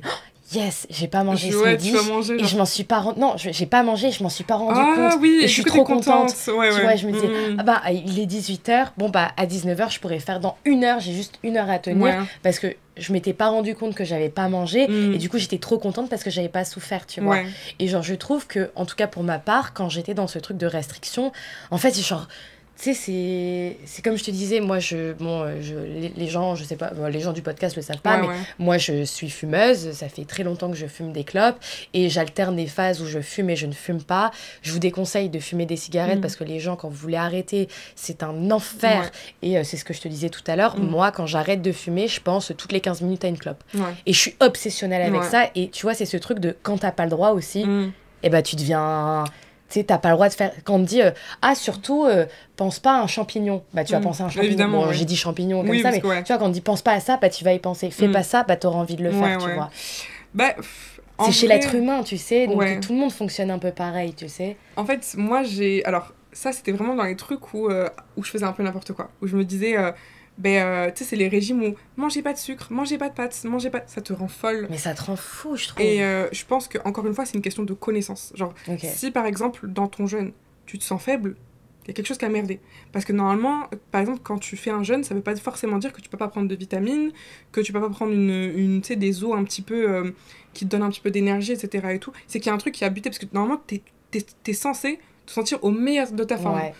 Tes organes, c'est ton deuxième cerveau. T'es censé être bien apaisé, concentré, tu vois. Et ça, c'est un truc que au début, quand je faisais de la merde, quoi, j'étais souvent en mode j'ai mal à la tête, je pense qu'à la bouffe, quand est-ce que je vais pouvoir manger mon truc, etc. Et en fait, là, avec la méthode que j'ai, qui me convient, évidemment, parce que je sais qu'il y en a, ça va pas du tout leur convenir, c'est que... Genre, moi, ça pourrait pas me convenir, ça. Le fait de sauter un repas, j'y arrive pas. Mais moi, il y a plusieurs raisons. C'est parce que déjà, moi, j'ai une digestion qui est très, très, très, très, très lente. J'ai mangé... tout à l'heure, il devait être midi, quelque chose comme ça. À midi, j'ai mangé... En plus, là, je suis dans mon jour où je fais attention, parce que ça fait 2 jours que je me bouffe de la merde. Donc, je me dis, faut pas que j'abuse. Puis même, je me sens mal, je me sens un peu... pas dégoûtante, mais tu sais, tu te sens grasse, quoi. T'as trop mangé de trucs gras et tout, genre t'as envie de remanger un peu ça. Et donc, j'ai mangé, je crois que c'était des brocolis, du poulet, trucs comme ça et tout. Je n'ai pas digéré mon repas. Puis il n'est pas digéré, c'est-à-dire que je vais... Je pense, il est quelle heure là? Il doit être 18h. Peut-être vers 21h, 22h, je vais avoir faim. Tu vois. Et après, je vais manger, mais comme ma digestion est tellement lente, je pense pas à la nourriture. Genre là, j'ai un petit matcha, etc., que je sirote depuis des heures et tout. Mais sinon, non. Tu vois, ça m'aide, parce que du coup, ça me va. Et j'ai ce truc, par contre, si j'ai envie de quelque chose, je vais le manger tout de suite. Parce que par rapport aux antécédents de TCA, je sais que si moi j'ai une restriction, si j'ai une restriction que je ne peux pas, je vais y penser toute la journée et ça me déclenche une crise. Mais les crises, elles vont être violentes et ça, c'est quelque chose où c'est un peu un cercle vicieux. Genre, si tu rentres dans une crise, elles vont continuer peut-être pendant 1 semaine et c'est incontrôlable. Et en fait, j'ai appris que... Pour toi, c'est quoi ce que tu appelles une crise? Une crise, parce que moi, du coup, c'est boulimie avec purge. C'est en gros, tu ne t'arrêtes plus de manger jusqu'à ce que t'es tellement plein à craquer que soit littéralement tu fais un coma, genre tu dors en fait, mais du coup c'est sans restriction, enfin sans purge on va dire, mais tu manges sans t'arrêter, mais des tonnes et des tonnes et des tonnes de bouffe dont t'as même pas envie en fait. Par exemple, je sais que encore une fois, il y a tellement de triggers ici, enfin bref, désolée, mais en gros, parce que j'aime bien parler sans filtre, il y a tellement de restrictions concernant les TCA, etc., que des fois, les gens pensent juste qu'avoir un TCA, c'est que t'as pas envie de manger parce que t'as envie de maigrir. Alors que c'est tellement plus deep par rapport à ça, donc j'ai envie d'être un peu plus... Merci de nous partager ton expérience. Mais c'est dur, en plus, par rapport à ce qui se passe sur les réseaux, tu sais, ils te mettent tellement de restrictions, t'as l'impression que tu peux pas parler de ta maladie tranquille, c'est tellement tabou, etc. Mais voilà, donc si vous êtes sensible, évitez ce genre de sujet.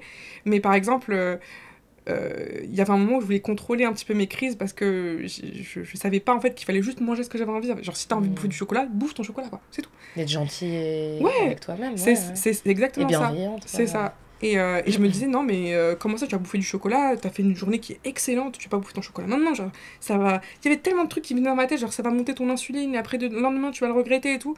Et tu sais, tu y penses. Et après, ta tête, elle devient. Enfin, pour moi, ça se coupait. Genre, comme si j'étais devenue un robot. Et je me dirige vers la cuisine, convenience store, le truc le plus proche. Et je vais bouffer. Mais je pense qu'on est sur du 5000 ou du 17000 calories facile.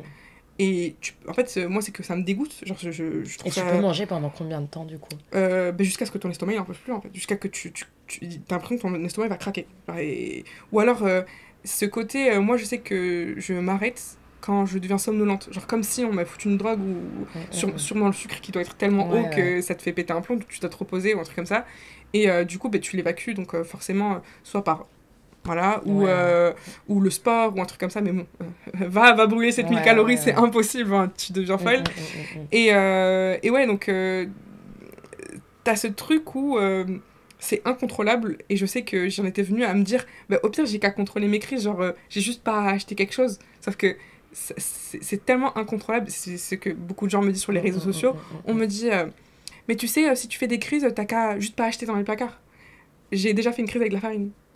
Où c'était n'importe, genre tu peux bouffer n'importe quoi, que ça tombe, que ce soit comestible ou pas, c'est tellement dans ta tête, tu te dis mais je m'en fous, je prends tout ce qui passe, tu vois. Je comprends. Et quitte à faire même 1 kilomètre, tu t'en fous parce que t'as envie de le bouffer ton truc, donc c'est vraiment j'ai vraiment compris qu'en fait pour pas que ça se déclenche, je bouffe ton truc. Genre t'as envie de chocolat, mange-le tout de suite. C'est ce que ton corps il veut, c'est ce que t'as envie. Et tu vas peut-être enfin parce que par rapport à ça on va peut-être se sentir un peu mal, genre tu te dis oh putain j'aurais peut-être pas dû ou un truc comme ça. Et par rapport aux crises dont tu parles, c'est tellement rien à voir. Rien à voir parce que ta tablette elle va faire quoi entre 300 et 500 calories contre 7000, tu te dis bon j'ai un peu limité la case, tu te fais plaisir, tout ça, c'est très compliqué. Et du coup, aujourd'hui, c'est quoi le rapport que tu peux avoir avec ton corps? Et même quand je dis dans ton corps, c'est aussi dans ta tête, tu sais. Je sais que je suis pas guérie. Je suis pas guérie du tout. Je sais juste que maintenant, j'ai envie j'ai pas envie d'avoir honte. Parce que je me dis, c'est une maladie, j'y peux rien. Genre, je veux me faire soigner, etc. Et tu devrais pas. Et c'est pour ça que je suis trop contente qu'on puisse faire cette émission aujourd'hui et de sensibiliser les gens autour de ça. Mais je sais que je suis vraiment pas guérie, etc. D'ailleurs, c'est pour ça que sur mon compte, j'essaye au maximum d'en parler. Parce qu'en fait, il y a tellement, surtout en France, et en Corée, alors en Corée ou au Japon, ça doit être encore pire, mais de ce truc où une fille qui a les TCA, c'est soit une fille qui est toute maigre, qui veut pas manger, qui veut, ou qui veut de l'attention, un truc comme ça. Y a on oublie tellement le côté, tu sais, la boulimie, c'est juste des gens qui n'arrivent pas à se contrôler, qui n'ont pas de... Psychologique aussi derrière la maladie. Ouais, je te jure, et c'est tellement tabou aussi, les réseaux sociaux empêchent vachement les gens d'en parler, alors que par exemple, je sais que moi, je veux vraiment en parler en mode... je veux que les gens soient librement, et sans faire forcément, comme tu le disais, des disclaimers toutes les 2 exactement. Mais par contre, voilà, ça laisse passer des contenus, je sais pas si t'as un petit peu parlé, t'as pas entendu peut-être parler des créatrices de contenu qui font un peu du contenu autour de leur maladie. Je sais pas si t'as vu ça. Si, celles qui ont des troubles du comportement, pas forcément alimentaires, mais... en fait, en gros, c'est comme... elles vont pas dire directement qu'elles ont un trouble, mais tu vas le comprendre. Et tu sais, elles vont faire des crises devant, sans en parler, du coup, ça... Oui, voilà, oui, j'en ai entendu. Il y a une nana qui s'appelle, je crois, Amy Story, qui en avait parlé, c'est une nana sur YouTube. Ouais, j'en ai entendu parler, Et en fait, c'est horrible, parce que, en fait, ces filles-là, je veux pas les blâmer, mais c'est juste en mode... elles font leur contenu sur leur maladie, sans en parler, sans dire pourquoi elles font ça. Et juste, toi, t'es là, tu veux en parler, tu veux te dire, mais... tu veux verbaliser ce qui se passe derrière et faire comprendre aux gens pourquoi et ce qui se passe et tout. Informer surtout aussi. Hein. Et ta vidéo, elle se fait strike parce que tu parles du coup de trucs sensibles. Mais par contre, on laisse des meufs se gaver, faire une crise devant une caméra, sans contexte. Juste, et tu sais ce qu'elles vont faire derrière. tout le monde le sait, mais c'est laissé. Tu vois, genre, mais des fois, c'est le côté un peu, comment dire, injuste des réseaux sociaux, tu sais, où bah, ça fait des vues, les gens, ils sont intrigués. Oh, mais qu'est-ce qu'elle va faire après? Oui, tu sais, mais c'est de la curiosité morbide, quoi. Ouais. Donc, genre, récemment, il y a une vidéo qui a bien marché, je crois, presque elle a fait 1 million de vues sur les Reels, où je disais toutes les choses les plus débiles que j'ai pu faire pour perdre du poids, etc. Et Dieu merci, ça a pas été strike. Parce que pour moi, cette vidéo, elle était importante, parce que je l'ai fait sur le ton de l'humour, et je faisais attention à ce que je disais et tout. Mais pour moi, elles sont importantes, parce que, les TCA, c'est une maladie mentale qui est extrêmement... Enfin, pas populaire, mais c'est très mortel. Ça fait partie des maladies mentales les plus mortelles avec la dépression.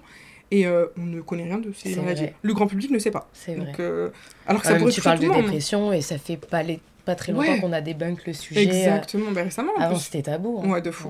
De fou. Et justement, c'est grâce aux créateurs de contenu comme toi, justement, qui en parlent, qui, rend accessible l'information, dédramatise aussi, sensibilise, informe aussi, que j'espère que des sujets comme celui qu'on vient d'aborder aujourd'hui sera plus, pas accepté, parce que j'ai l'impression que les mentalités, même s'il y a des gens qui restent très durs par rapport à ces sujets-là, j'ai l'impression qu'il y a plus de gens qui s'intéressent. Avant aussi, on savait pas, tu vois, par exemple, c'est comme avant t'étais triste, ça voulait pas forcément dire que tu faisais une déprime ou une dépression. Maintenant, déprime, dépression, il y a des nuances, etc. Les gens, voilà, ils avaient... Il y a plus de connaissances, c'est tant mieux. Ouais, c'est ça. Ouais, c'est juste vraiment dommage, en fait, par rapport au TCA et tout ça. C'est juste dommage, en fait, qu'on en vienne que ce soit pour le coup anorexie ou boulimie. On en vient à engueuler des filles qui sont malades. Genre, par exemple, dans aucun... Quoique, en vrai, je me dis ça peut exister, mais dans aucun monde, une personne qui est dépressive, tu lui dis « Oh, ferme ta gueule et souris », genre. Genre, la vie est belle. Non, mais non, genre... Et en fait, les gens... C'est parce qu'il y a, je pense, il y a en fait la problématique, je pense, à laquelle tu vas être plus exposée, c'est que toi, c'est à l'intérieur et à l'extérieur, parce que tu vas être jugé par les personnes qui vont... Et on vit dans un monde comme ça, on en parlait, que ça soit en Corée ou au Japon, où l'apparence est encore plus importante. Pardon, plus importante, je disais. Et en fait, c'est la double peine, tu sais. Là où tu vois quelqu'un qui va être dépressif, ça va être à l'intérieur, tu sais. Donc, c'est encore plus compliqué pour les personnes qui vont être touchées par ce dont on vient de parler aujourd'hui. Bah, c'est plus dur, c'est 2 fois plus d'efforts. Mais il y en a qui sont même un peu, je dirais... pas pervers, mais j'arrive pas à trouver le mot, mais par exemple, je sais qu'il y a des gens qui peuvent me suivre et qui me donnent énormément de force. D'ailleurs, ça, je les remercierai jamais assez pour eux, parce que tu te sens comprise. Il y a des gens qui sont derrière, qui disent « Moi, je vis la même chose que toi et tout. » J'ai même un compte qui est un peu dédié à ça, qui est pas mon compte principal et tout, et tu sens qu'il y a des gens qui te comprennent, mais il y a des gens, ils sont... soit peut-être dans la maladie, je sais pas, ou qui se mettent un peu peut-être en challenge avec toi. Et par exemple, quand il y a des moments où ça va, parce que moi j'adore parler de quand ça va, mais quand ça va pas aussi. Genre, j'ai pas envie d'être dans l'hypocrisie en mode oh, mais regardez, moi je suis pas guérie, hein. Je suis pas guérie, et genre, je sais qu'il y a des moments où je vais flop, et je vais le dire, je dis, bah les gars, moi, là j'ai flop. Là, ça y est, je suis dans mes trucs, je suis dans mes restrictions encore à nouveau, je sais pas comment m'en sortir, etc. et tout.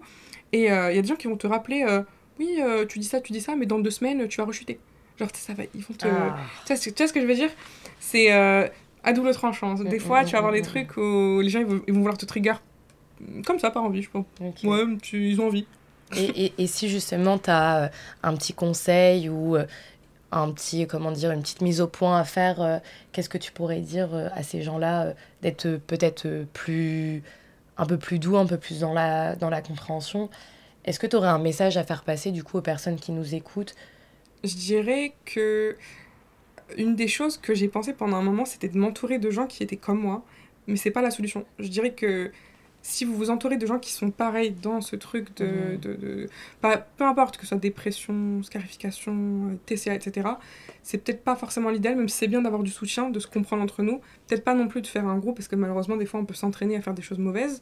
Mais je dirais d'abord de comprendre en fait d'où ça vient. Parce que parfois, on se dit... on essaie de soigner les symptômes sans savoir la maladie. Si par exemple j'ai un rhume, genre il m'a dit ouais j'ai un rhume, je vais me prendre un petit médicament, mais je sais pas d'où ça vient. Ça se trouve, je sais pas, t'as un problème avec tes poumons, peut-être, je sais pas, t'as un truc qui te fait une allergie. Donc tu soignes le symptôme, mais sans soigner la maladie. Et je dirais d'abord aller chercher d'où ça vient, de voir si ça vient de l'enfance, poser des questions, aller voir des professionnels, parce que c'est... Même si je sais que pour le coup... Ça peut faire peur d'aller voir des pros. Ça fait peur, c'est peu cher. Très cher honnêtement, et rien que l'effort de le faire et tout, Mais voilà, donc essayez de chercher d'abord vous-même, faites-vous diagnostiquer, parce qu'il y en a des fois, ils pensent qu'ils ont quelque chose, mais en fait, c'est totalement à l'opposé. On en parlait, etc. On ne savait pas... Il y avait des maladies qui peuvent être tellement similaires, tu dis, ah, mais ouais, c'est clair. Par exemple, pendant longtemps, il y avait une copine qui s'est fait diagnostiquer ADHD, comment on dit déjà ADHD, je sais plus comment on dit en français. C'est quoi? Tu sais, c'est TDAH, trouble de l'attention, etc. et tout. Je vois. Et en fait, je lui ai dit, c'est quoi tes symptômes, etc. Parce qu'on en parlait, etc. Et elle me disait, c'est ça, ça, ça, ça, ça. Et je me disais, c'est dingue, c'est vraiment comme moi. Et j'ai cru, je me suis dit, peut-être que j'ai ça. Pas du tout. Ouais. J'avais littéralement une maladie auto-immune qui... On avait l'impression que c'était un TDAH, mais alors pas du tout. Donc, faites-vous diagnostiquer, faites des tests, parlez-en, cherchez un petit peu plus en profondeur ce que vous avez, sans forcément faire en sorte que ça prend toute votre vie. Laissez pas, on va dire, la maladie prendre tout dans votre vie, parce que ça peut gâcher. Alors aussi, prenez du temps pour rester un peu avec vos potes, essayez d'oublier un petit peu, sans forcément ignorer. Un équilibre, il faut un équilibre. Et justement, toi, est-ce que tu disais, tu conseillais les personnes à aller voir des professionnels, etc. Est-ce qu'en Corée, c'est accessible ou tu fais ça par visio Alors, personnellement, moi, j'utilise l'application Care. Je sais pas si ça te dit quelque chose. Ouais. Donc, plutôt pour les visios. Mais je sais qu'il y a des psychologues, mais ils sont en anglais. Donc, si vous maîtrisez l'anglais, allez-y. Mais sinon, il n'y en a pas beaucoup. Et en général, ils ont étudié aux États-Unis, donc peut-être les méthodes sont peut-être pas les mêmes. Donc déjà, c'est très compliqué d'aller voir un psychologue ou un psychiatre, etc. Donc en plus, si c'est pas votre langue maternelle, que vous comprenez pas les méthodes... Je sais qu'à Tokyo, il y a une psychologue francophone. Ah, cool. Donc il y a énormément de francophones du coup qui vont la voir. Et sinon, aujourd'hui, je pense qu'avec le Covid, le corona et tout ça, c'est hyper démocratisé. Ouais. Mais du coup, il y en a plein qui font... Il y a beaucoup de personnes qui font des rendez-vous en visio. Et du coup, même si vous immigrez, vous expatriez, peu importe, vous vivez dans un pays comme le Japon, la Corée ou même autre, pour les personnes qui sont peut-être dans un autre pays ou qui voudraient visiter un autre pays, même si, si vous regardez et vous écoutez ce podcast, c'est que vous êtes intéressé un minimum par le Japon. Mais en tout cas, c'est qu'il y a quand même des solutions si vous avez besoin d'être accompagné par des personnes dont c'est le métier. Ouais. Manal, tu voulais dire, un petit mot de la fin? Non, mais en fait, je voulais juste rebondir sur un truc, mais vite fait, mais du coup, c'est pas trop long. Non. C'était juste, tu sais, par rapport au truc de psy que tu disais. Ouais. Il y a juste récemment, j'ai fait un bilan, tu sais, un peu, tout qui est sanguin, etc. Et tout. Et en fait, si t'avais une case pour mon bilan, il y avait écrit, tu sais, bilan mental. Et en gros, il y avait mon mari à côté de moi, il a dit oui, pour le bilan mental, du coup, comment ça se passe, etc. Et tout. Et ils ont dit, la conversation qu'on a, je sais très bien que vous allez bien, quoi. Et j'étais choquée, j'étais en mode, non. C'est trop, la personne, elle est schizophrène. Genre, pour eux, une conversation, normale. En mode, ok, c'est bon, genre, tu souris. Mais j'étais mort de rire. Et en plus, médecin, genre, un médecin, blues, médecin. Il dit, la conversation qu'on a, on sait que c'est bien, là. J'étais en mode, d'accord. Okay, rien à voir, donc c'était pour ça. C'est vrai qu'aussi, en fonction des pays, des fois, les méthodes, tu le disais, même les Américains, les Français, c'est pas pareil. Et dans l'idée, c'est de trouver la personne qui nous correspond le mieux. Merci encore une fois pour ce podcast. C'était trop intéressant. Les amis, si vous êtes intéressés par le contenu de Manal, je vous mets tout ça en description de la vidéo, mais sinon, tu peux nous les annoncer directement dans le micro. Mon compte Instagram, TikTok et YouTube. Mais YouTube, je suis désolée, je poste pas grand chose. J'y vais essayer peut-être plus tard. Et du coup, c'est Lady Manal avec 2 A à la fin. Et du coup, donc si vous êtes intéressé par tout ce qui est contenu Corée, tout ce que je parle, tout ce qui est être un peu développement personnel et Moi, j'adore son contenu, Merci, c'est gentil. Et des fois un petit peu de touche d'humour de temps en temps. Vous êtes les bienvenus sur ma chaîne. C'est très good vibes. Voilà. C'est très good vibes. N'hésitez pas, les amis. N'hésitez pas également à vous abonner à la chaîne YouTube, à mettre un petit commentaire, un petit pouce bleu, les amis. Très important. Si vous nous écoutez sur Spotify, n'hésitez pas à nous mettre en commentaire, comme ça va aider le podcast à avoir plus de visibilité, plus d'écoute. Donc merci d'avoir écouté du coup cette émission jusqu'à la fin et je vous donne rendez-vous la semaine prochaine pour une nouvelle thématique, un nouvel invité et voilà, une très bonne semaine à tous. Bisous.